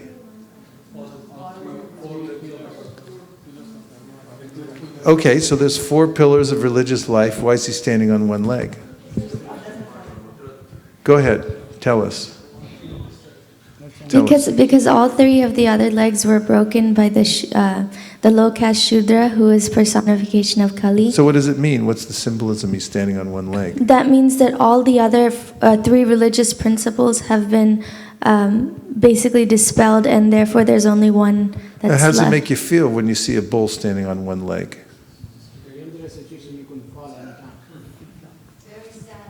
Sad, and it's a perilous situation. Sad, perilous. You get all this from imagery, and you think of this, it's a bull. And there's an emotional response, really. If you say of 4 pillars of religion, well, of course that's symbolism also, pillars and so forth, but there's these 4 principles of religion. You can break it down in a little more clinical terminology, but you bring it out, it's a bull on one leg. 3 are already gone. What are you going to do now? You can see how tenuous the situation is here in the age of Kali by the symbolism, right? So we find this throughout the Bhagavatam. This is employed, symbolism, ways in which, and here again, 117.3, the bull was as white as a lotus flower. He was terrified. Oh, that's a repeat, sorry. And then Prabhupada brings out in his purport, milking the cow means drawing the principles of religion in a liquid form. And we also get in the first canto, Partiva dharano dumas tasmadagnis trayimayaha tamasastu rajas tasmat sattvam yad brahmadarshanam. So this is an example of the 3 modes of material nature. There's the wood, the raw wood, which is mode of ignorance. Then you get there's Partiva dharano dumas. First you get the tree, and then you get the wood, and then you get the fire. So in progressive stages, it goes from ignorance to passion to goodness.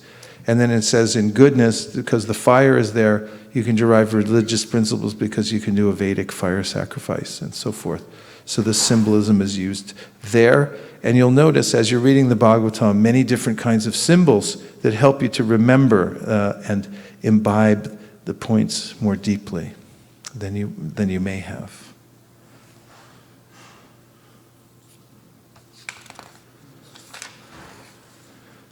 That exact translation, because I botched it. Firewood is a transformation of earth, but smoke is better than the raw wood. That's what it goes. It's from firewood to smoke, because smoke disturbs, but it never serves. Disturbs, but it doesn't. And that's the mode of passion. Good to remember that symbolism about the mode of passion, that it's like smoke. What do you do with smoke anyway? Get it out of here, right? I mean, it seems like something's going on. It's evidence of something going on, but nothing that you can really use. That's the mode of passion. So it says. And fire is still better, for by fire we can derive the benefits of superior knowledge through Vedic sacrifice. Similarly, passion, rajas, is better than ignorance, tamas, but goodness, sattva, is best, because by goodness one can come to realize the absolute truth. So right in a nutshell, you have a complete explanation of the three modes of material nature in a way that you can actually transmit the meaning to other people very easily because of the symbolism used.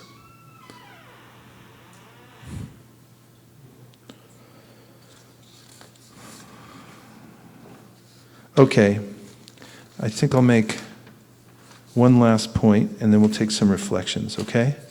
And as far as preaching methods employed in the Srimad Bhagavatam. And another is drama. When you go to a play and the staging is done well, the casting, the script, everything is presented in such a way, in fact, to give you an otherworldly experience. In fact, Bharata Muni, who wrote the Natra Shastra, about now it's gotten too warm. Did we turn it up to, did you turn it up to, there's a little notch on there that says Death Valley. And then there's another one that says Antarctica. We want it somewhere in between, if possible. The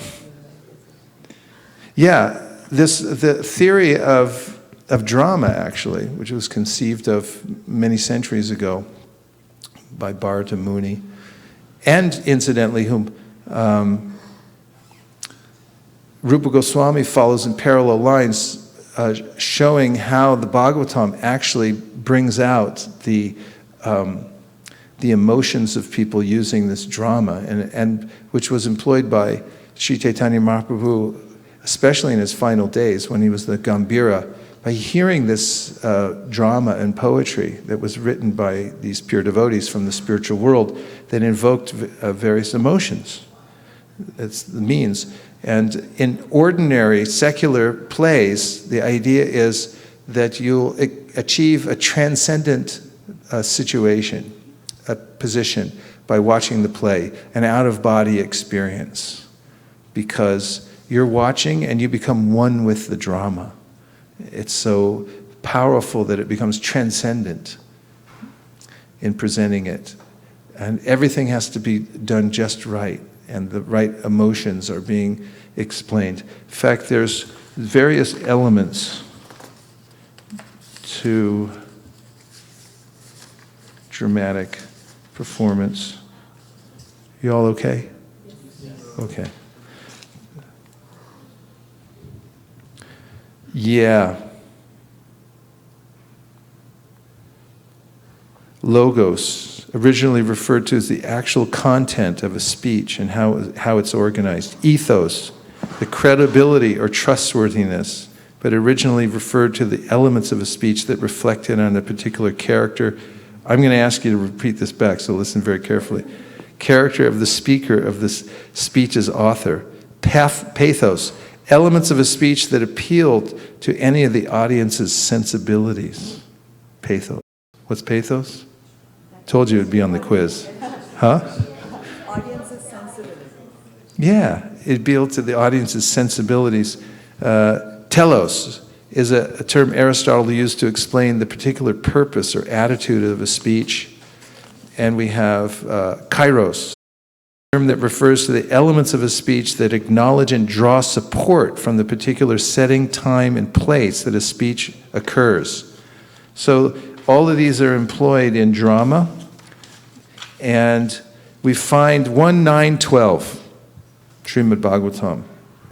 Bhishmadev said, "Oh, what terrible sufferings and what terrible injustices you good souls suffer for being the sons of religion personified. You did not deserve to remain alive under those tribulations, yet you were protected by the Brahmanas, God, and religion."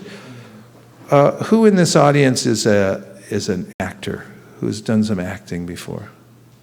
Besides Damodar. You've done some acting? We need somebody to come up here and read this dramatically. You want to do that? Because if you don't, I can get Damodar, because I'm finding out more and more that he knows how to do everything. He kind of keeps it hidden, but we saw him last year or the year before in a play, at the Rath Yatra. He didn't even tell us he was going to be in it. And it's like, my God, he's really good. And then the other night at Stanford, I saw him teaching yoga before I came in and talked about mantra meditation. And it's like one of the best yoga teachers I've ever seen. It was amazing. And so he can do it all. All right, Kanka's deferring to you. Come on up here and just give this a dramatic reading. Oh wait, give her the mic.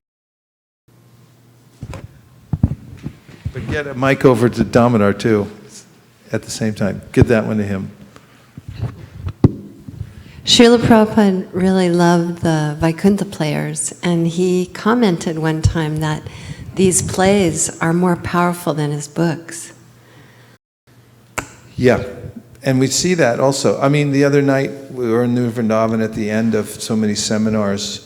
We were treated to a play by Bhakti Marg Swami, who's expert at bringing together people who have never acted before and teaching them in 3 days, sometimes 2 days, how to play with no props practically. And it's so moving and it's so enthralling. And so my point here is that throughout the Bhagavatam we get these dramatic settings to make a very powerful point. And so in the setting of Bhishma Dev, after the Kurukshetra battle, or actually even near the end of the Kurukshetra battle, what's the setting?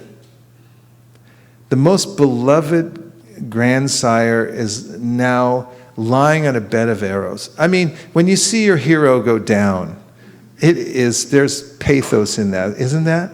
I mean, nobody likes to see that. It's just heart-wrenching to see the greatest devotee and warrior of all time, and suddenly he's filled with arrows and he's lying on his back on the battlefield. That's a heavy scene. That's drama. Now, what's he going to do? What's he about to do? Why did Krishna arrange this particular setting? Well, what does he do? What does Bhishma Dev end up doing? Yes? Yeah, he ends up speaking to Yudhishthira. Because Yudhishthira, after the Kurukshetra battle, is despondent. He said, I caused this.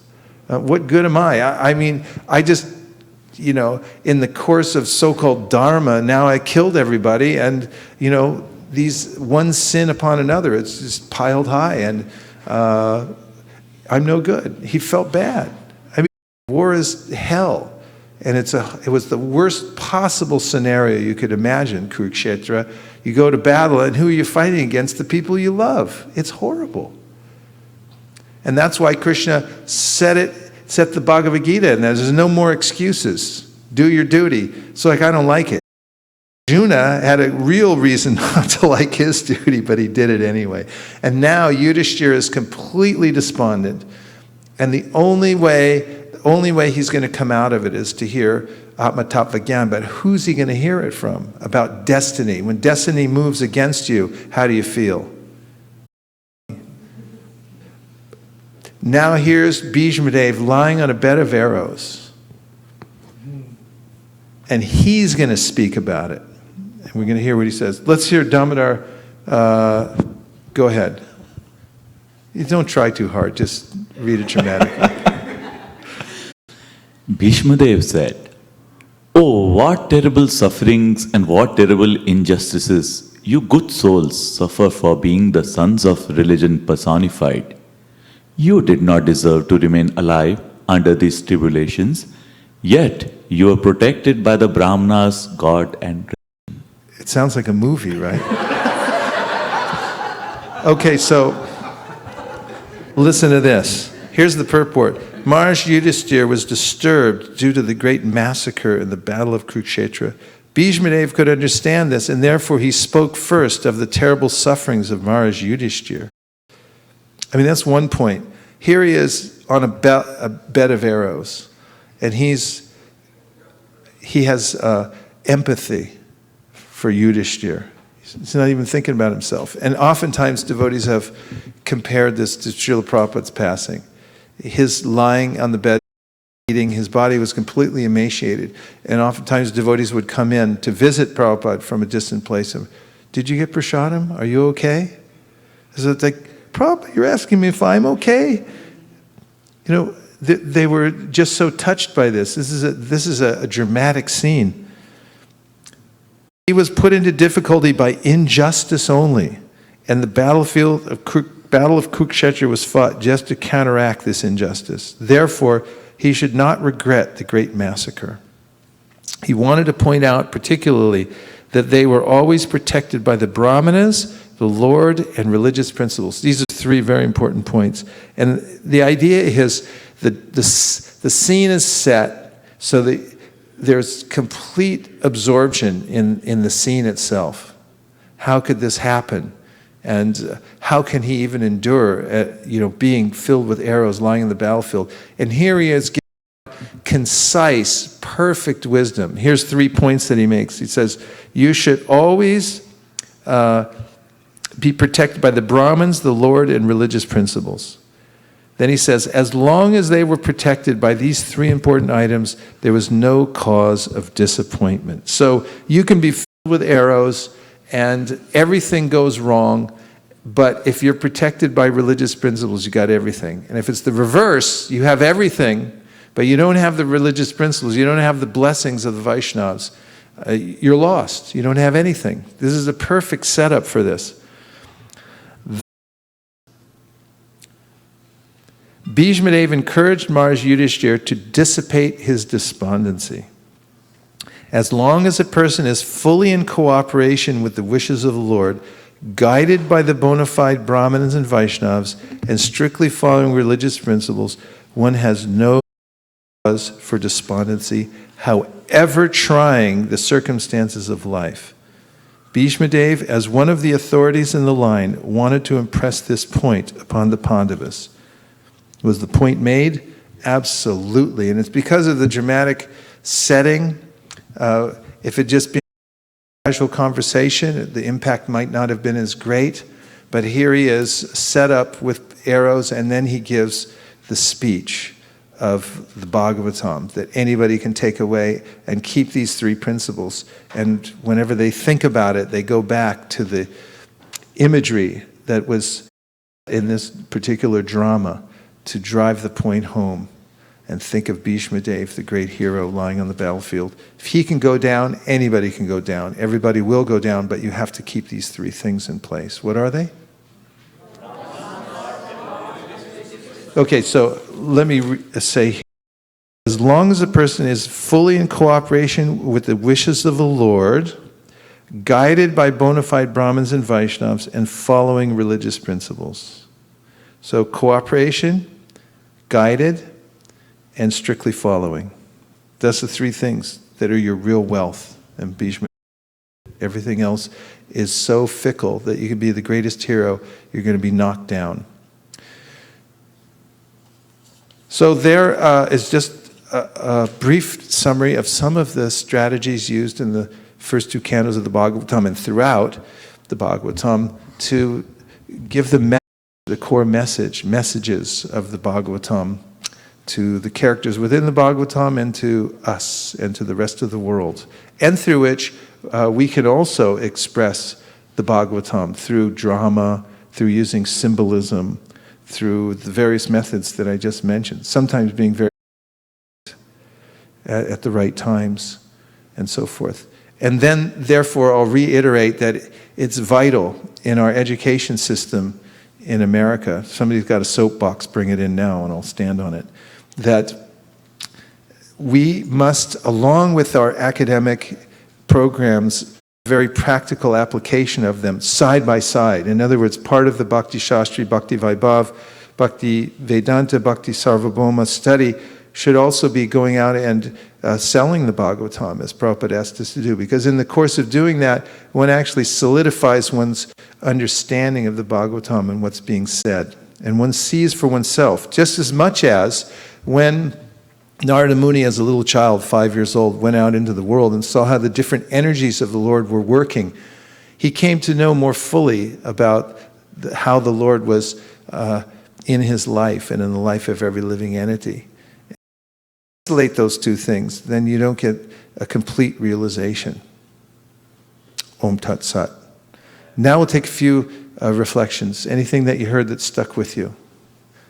And if there's anybody in Boise still on, I know they had to meet the president or the king or something like that. Text or call in, please do so. Okay. Thank you, Maharaj. All the points are very relevant. One particular I like very much was telling your own story. I was recollecting that in your Vyasa Puja that you mentioned that how example is the best way to influence others. And we see that when you yourself have examples shown in society or wherever your work and all, then people come and ask you how you became like this, what is your story, and that is a turning point. If you have grown in your spiritual life, you share, and that turns them and that gives them faith. Yeah, we can also, if we follow, we can do that. Nice point, and that happens actually. One devotee was attending an English class. And she was so impressed with her teacher, just the qualities, that one day she got up the courage to go up and say, you know, you're really different. What is it about you? You know, he said, oh, I'm a Hare Krishna devotee. Came to the temple, next thing she knew, she was chanting Hare Krishna. Of course, I left out a million details, but Damodar Prabhu, reflection. This class was very different. Thank you. You know, while you were reading the purport, and when Srila Prabhupada is mentioning about how Vedavyasa, created all this knowledge and edited, I was thinking about how our acharyas have done it. Bhakti Vinod Thakur experimented, Bhakti Siddhanta Saraswati Thakur did changes, got a lot of criticism. Srila Prabhupada did the same, all the different Vrindavan Swamis and all were criticizing, and the same techniques, you all are doing it. So, it's a confirmation for that. And some people are very strict to no edit books. Jayadvaita Swami Maharaj having good, pretty tough time. But I think this is a window Prabhupada is trying to put together. Second, just one introduction before you go to the second point. Maybe, in my mind, not exactly parallel points between Jayadvaita Maharaj editing books and the innovative ideas coming in from sages. I just want to clarify that, because the duty of those who are editing the current books of a particular person is to make sure that they do their duty properly, which is to make sure that the author's original words and intentions are expressed. And Prabhupada gave the editor who worked under him the instruction to edit for force and clarity. And he also said that there should be no mistakes. Another message just came in, and it's a little disturbing. Entered Vrindavan, but Krishna caught him, and just like a wet dish rag, he threw him on the ground and pummeled him. He was a big demon. And now Vrindavan's all happy and safe. Hare Krishna. He said, one mistake, then the whole book is, you said you murder the whole book. He charged his editors with being careful to make sure that there weren't mistakes. So that might be slightly different than your first point about the way in which various acharyas, their realization, it's harmonious with the previous acharyas and with the Shastra, but it's presented in such a way that people in the particular culture they're presenting to can understand it. Just that caveat, that's all. Yes, please go ahead. Point number 2. And second one was, in this whole purport, though Srila Prabhupada is the one who has brought us closer to Krishna and Vyasadeva, none in this whole purport Srila Prabhupada is, like, he is again using the same techniques of making it relevant in English language, simple words, like if we compare Bhakti Siddhanta Saraswati Thakur's English and Srila Prabhupada's English. Though Srila Prabhupada's English, while we hear audibly, is very difficult sometimes to hear, but he is the Vedavyas in the terms of making it relevant, but he doesn't take any credit out. And the third comment which I had was when you were saying on the book distribution, I think last time SOS was going on was when you mentioned that Rath Yatras and all, when Lord comes out in the form of deities, Lord Jagannath stays in the temple, but once in a year he comes out so that people who cannot take the darshan inside can have the darshan. And I was contemplating on that in the terms of books. Srila Prabhupada devised a mechanism by which deities in the form of books, which are nothing but Daru Brahma, they come out, and it's Krishna spoken, Krishna language, and devotees are doing Rath Yatra every day while out, and they are pulling the heart in their heart, pulling the Lord in their heart, pulling the ropes, as well as giving it to others. So it's like a manthan going on. They are pulling the Lord in their heart as well as they are giving it to others for taking the Lord in the hand by touching the books. When you're saying even Sukriti by touching the book, I was just somehow feeling like you are alluding towards that, and that was a profound realizations of how there is Jagannath Rath Yatra with every devotee taking Lord out in his hand. Sadhu, sadhu. In the back, please take in the microphone. Hare Krishna. Excuse me, no. No, give him the mic. I want to Oh. read, please, the Read that. congregation. Read, please, no. This one, the miracle, Krishna to me 1 year ago. So 1 year back, Prabhu had a miracle. May 2, 2016. I'm just reading it out what Prabhu is handing. I do not know what it is. Patient is Edwin Para. Is this you? Okay. To whom it may concern, Mr. Para had a repeat CT scan of 4/26/16, which is few days from now, for evaluation of pulmonary nodules seen on a CT in 2015. The pulmonary nodules are unchanged and not consistent with tuberculosis. Please see below for full report. Sincerely, Robert Preston Hutch, CT chest, findings.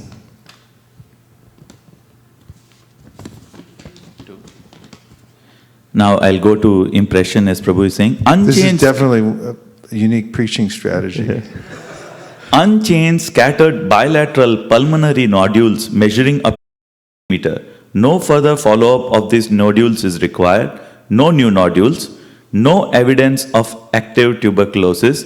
Electronically signed by Robert Preston Hutchins, MD, on 2nd of May 2016, 10:29 a.m. So it's fixed by eating Krishna Prasad? Pray every day, praying to Krishna. Pray to Krishna. Pray to Krishna. Let's give him a hand.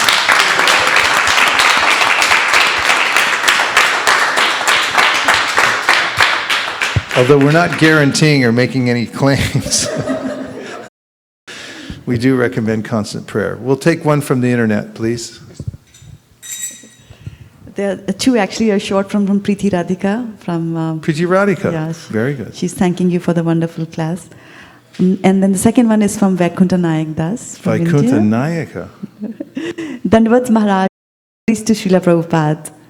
My realizations, number 1, put yourself before spiritual vibrations, especially when you don't feel like it. Number 2, symbolism of smoke to mode of passion. It's evidence of something happening, but it's always disturbing. Number 3, if we don't take the guidance of the acharyas, even after reading Srimad Bhagavatam, we can be enamored by the impersonal Brahman concept, just like the asuras were enamored by the Mohini Murti. Is that Vaikuntha? That's Vaikuntha. Oh, okay. And what about Preeti? Did she say something? Preeti actually had, she was on a different system. She had actually... That was really tasty yeah, reflections. summaries, yeah. Typical of Vaikuntha Nayaka. She was thanking you for such a soul-satisfying talk on Srimad Bhagavatam. And you had asked, what are some of the questions that I asked? So she was talking about how Vidura asked Sage Maitreya the question on devotional service. Nice, nice. Thank you very much. Okay. That ought to do it for now, right? Yes. My question was that in the beginning you were saying that how can we vibrate the Mahamantra, which is transcendental, and then Krishna is all powerful and he can make the change. So where does the change happen? Is it that our senses become transcendentalized, or do we chant a mechanical mantra and then that becomes transcendentalized? And where does... Sarvopariva nirmuktam tapratvena nirmalam rishikena rishikesha sevanam bhaktir uchite. So this verse says that when you engage your senses in the service of the master senses, one of the byproducts is they become purified. We have spiritual senses, but now they're covered over with impurities. And as we perform devotional service, including chanting, the senses become pure, and we're able to experience directly the happiness that comes from service to Krishna, which was what they're meant for. Also, the so-called material senses do become transformed. Certain elements in nature are transformable. For instance, iron can be transformed into fire. If you put an iron bar in fire and you leave it there long enough, then it changes from hot, hottest, then red hot, and then it becomes fire. No difference. And similarly, by chanting the mantra, one's so-called material senses become spiritualized. Brahmarpanam brahmahavir brahmagnau brahmanohutam tenaiva brahmagantavyam brahmagant samadhina. I'll start over. Brahmarpanam brahmahavir brahmagnau brahmanohutam brahmaiva tenagantavyam brahmakarma samadhina, which means that when you engage in sacrifice for the Lord, all the implements used in that sacrifice also become transcendentalized. And that includes our senses when they're used. The ultimate feature, however, that is pointed out by the personified Vedas is that Krishna is in control of all his energies, which include senses. And when there's a sincere effort to please him by chanting, then he allows that sound vibration to penetrate and to touch our soul. So we shouldn't chant mechanically, but we should chant with feeling and intention of pleasing Krishna. Thank you very much, everybody. And now we're going to have prasadam, because we performed the Guru Puja earlier, and the reason is because, who is that? Somebody just checked in on the phone or checked off? Hare Krishna. Do I have like quick few seconds? This is Preeti Radhika Danwad Pranam. Yeah, please go ahead. Yeah, so Maharaj, yesterday I just read an email that ISKCON Prabhu had sent, and it just highlighted the 2 points that you mentioned about preaching of Srimad Bhagavatam, and especially telling your own story and drama. And so Bhakti Raghaswamy, he was telling in that email that how in Mayapur there was an attack at one time by the bomb, and people threw a bomb and he lost his leg. And I was thinking, oh my God, I cry about my problem, and some days it's harder. But his conviction and devotion is so strong. And he was mentioning the power of holy name, like how when he saw his kneecap out, he was still praying, and the holy name just gave him strength. And he was saying that he didn't feel the pain. He didn't even know he will make through this ordeal. But he was so strong on Krishna's name, and he says it. He generally tells this story to people so that they know the value of holy name. So I just thought that there was such a good connection between like Vaishnavas telling their story to give us strength and an encouragement. And there was so much drama in this incident that there is this person, there's this devotee who has a kneecap out and is still clinging to holy name. Yeah, thank you very Maharaj. much. It is a very moving story. Actually, at the time he had one bad leg and one good leg, and the good leg got blown off.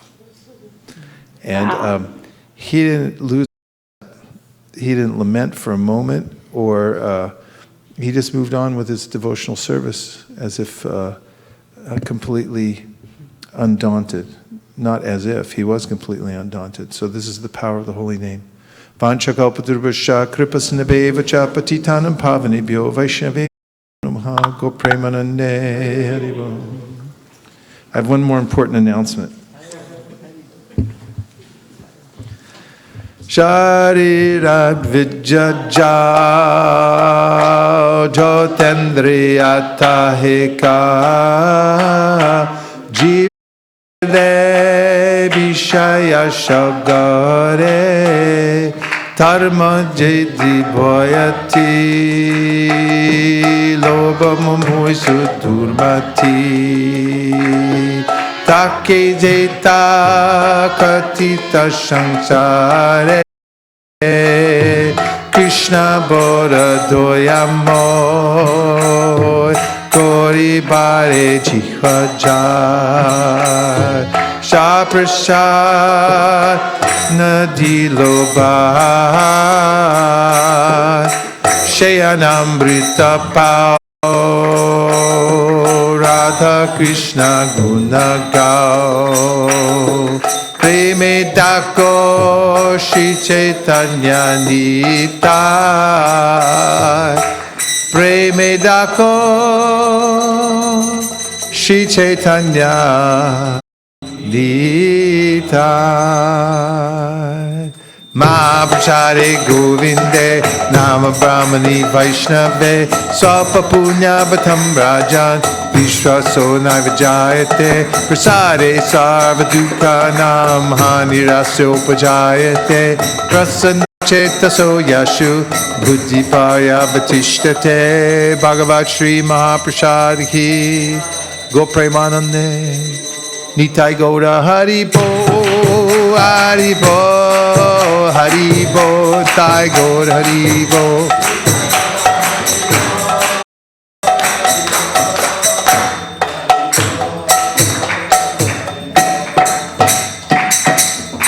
Please come take prasadam. Hare Krishna. Thank you to everyone who joined us online today. Haribo.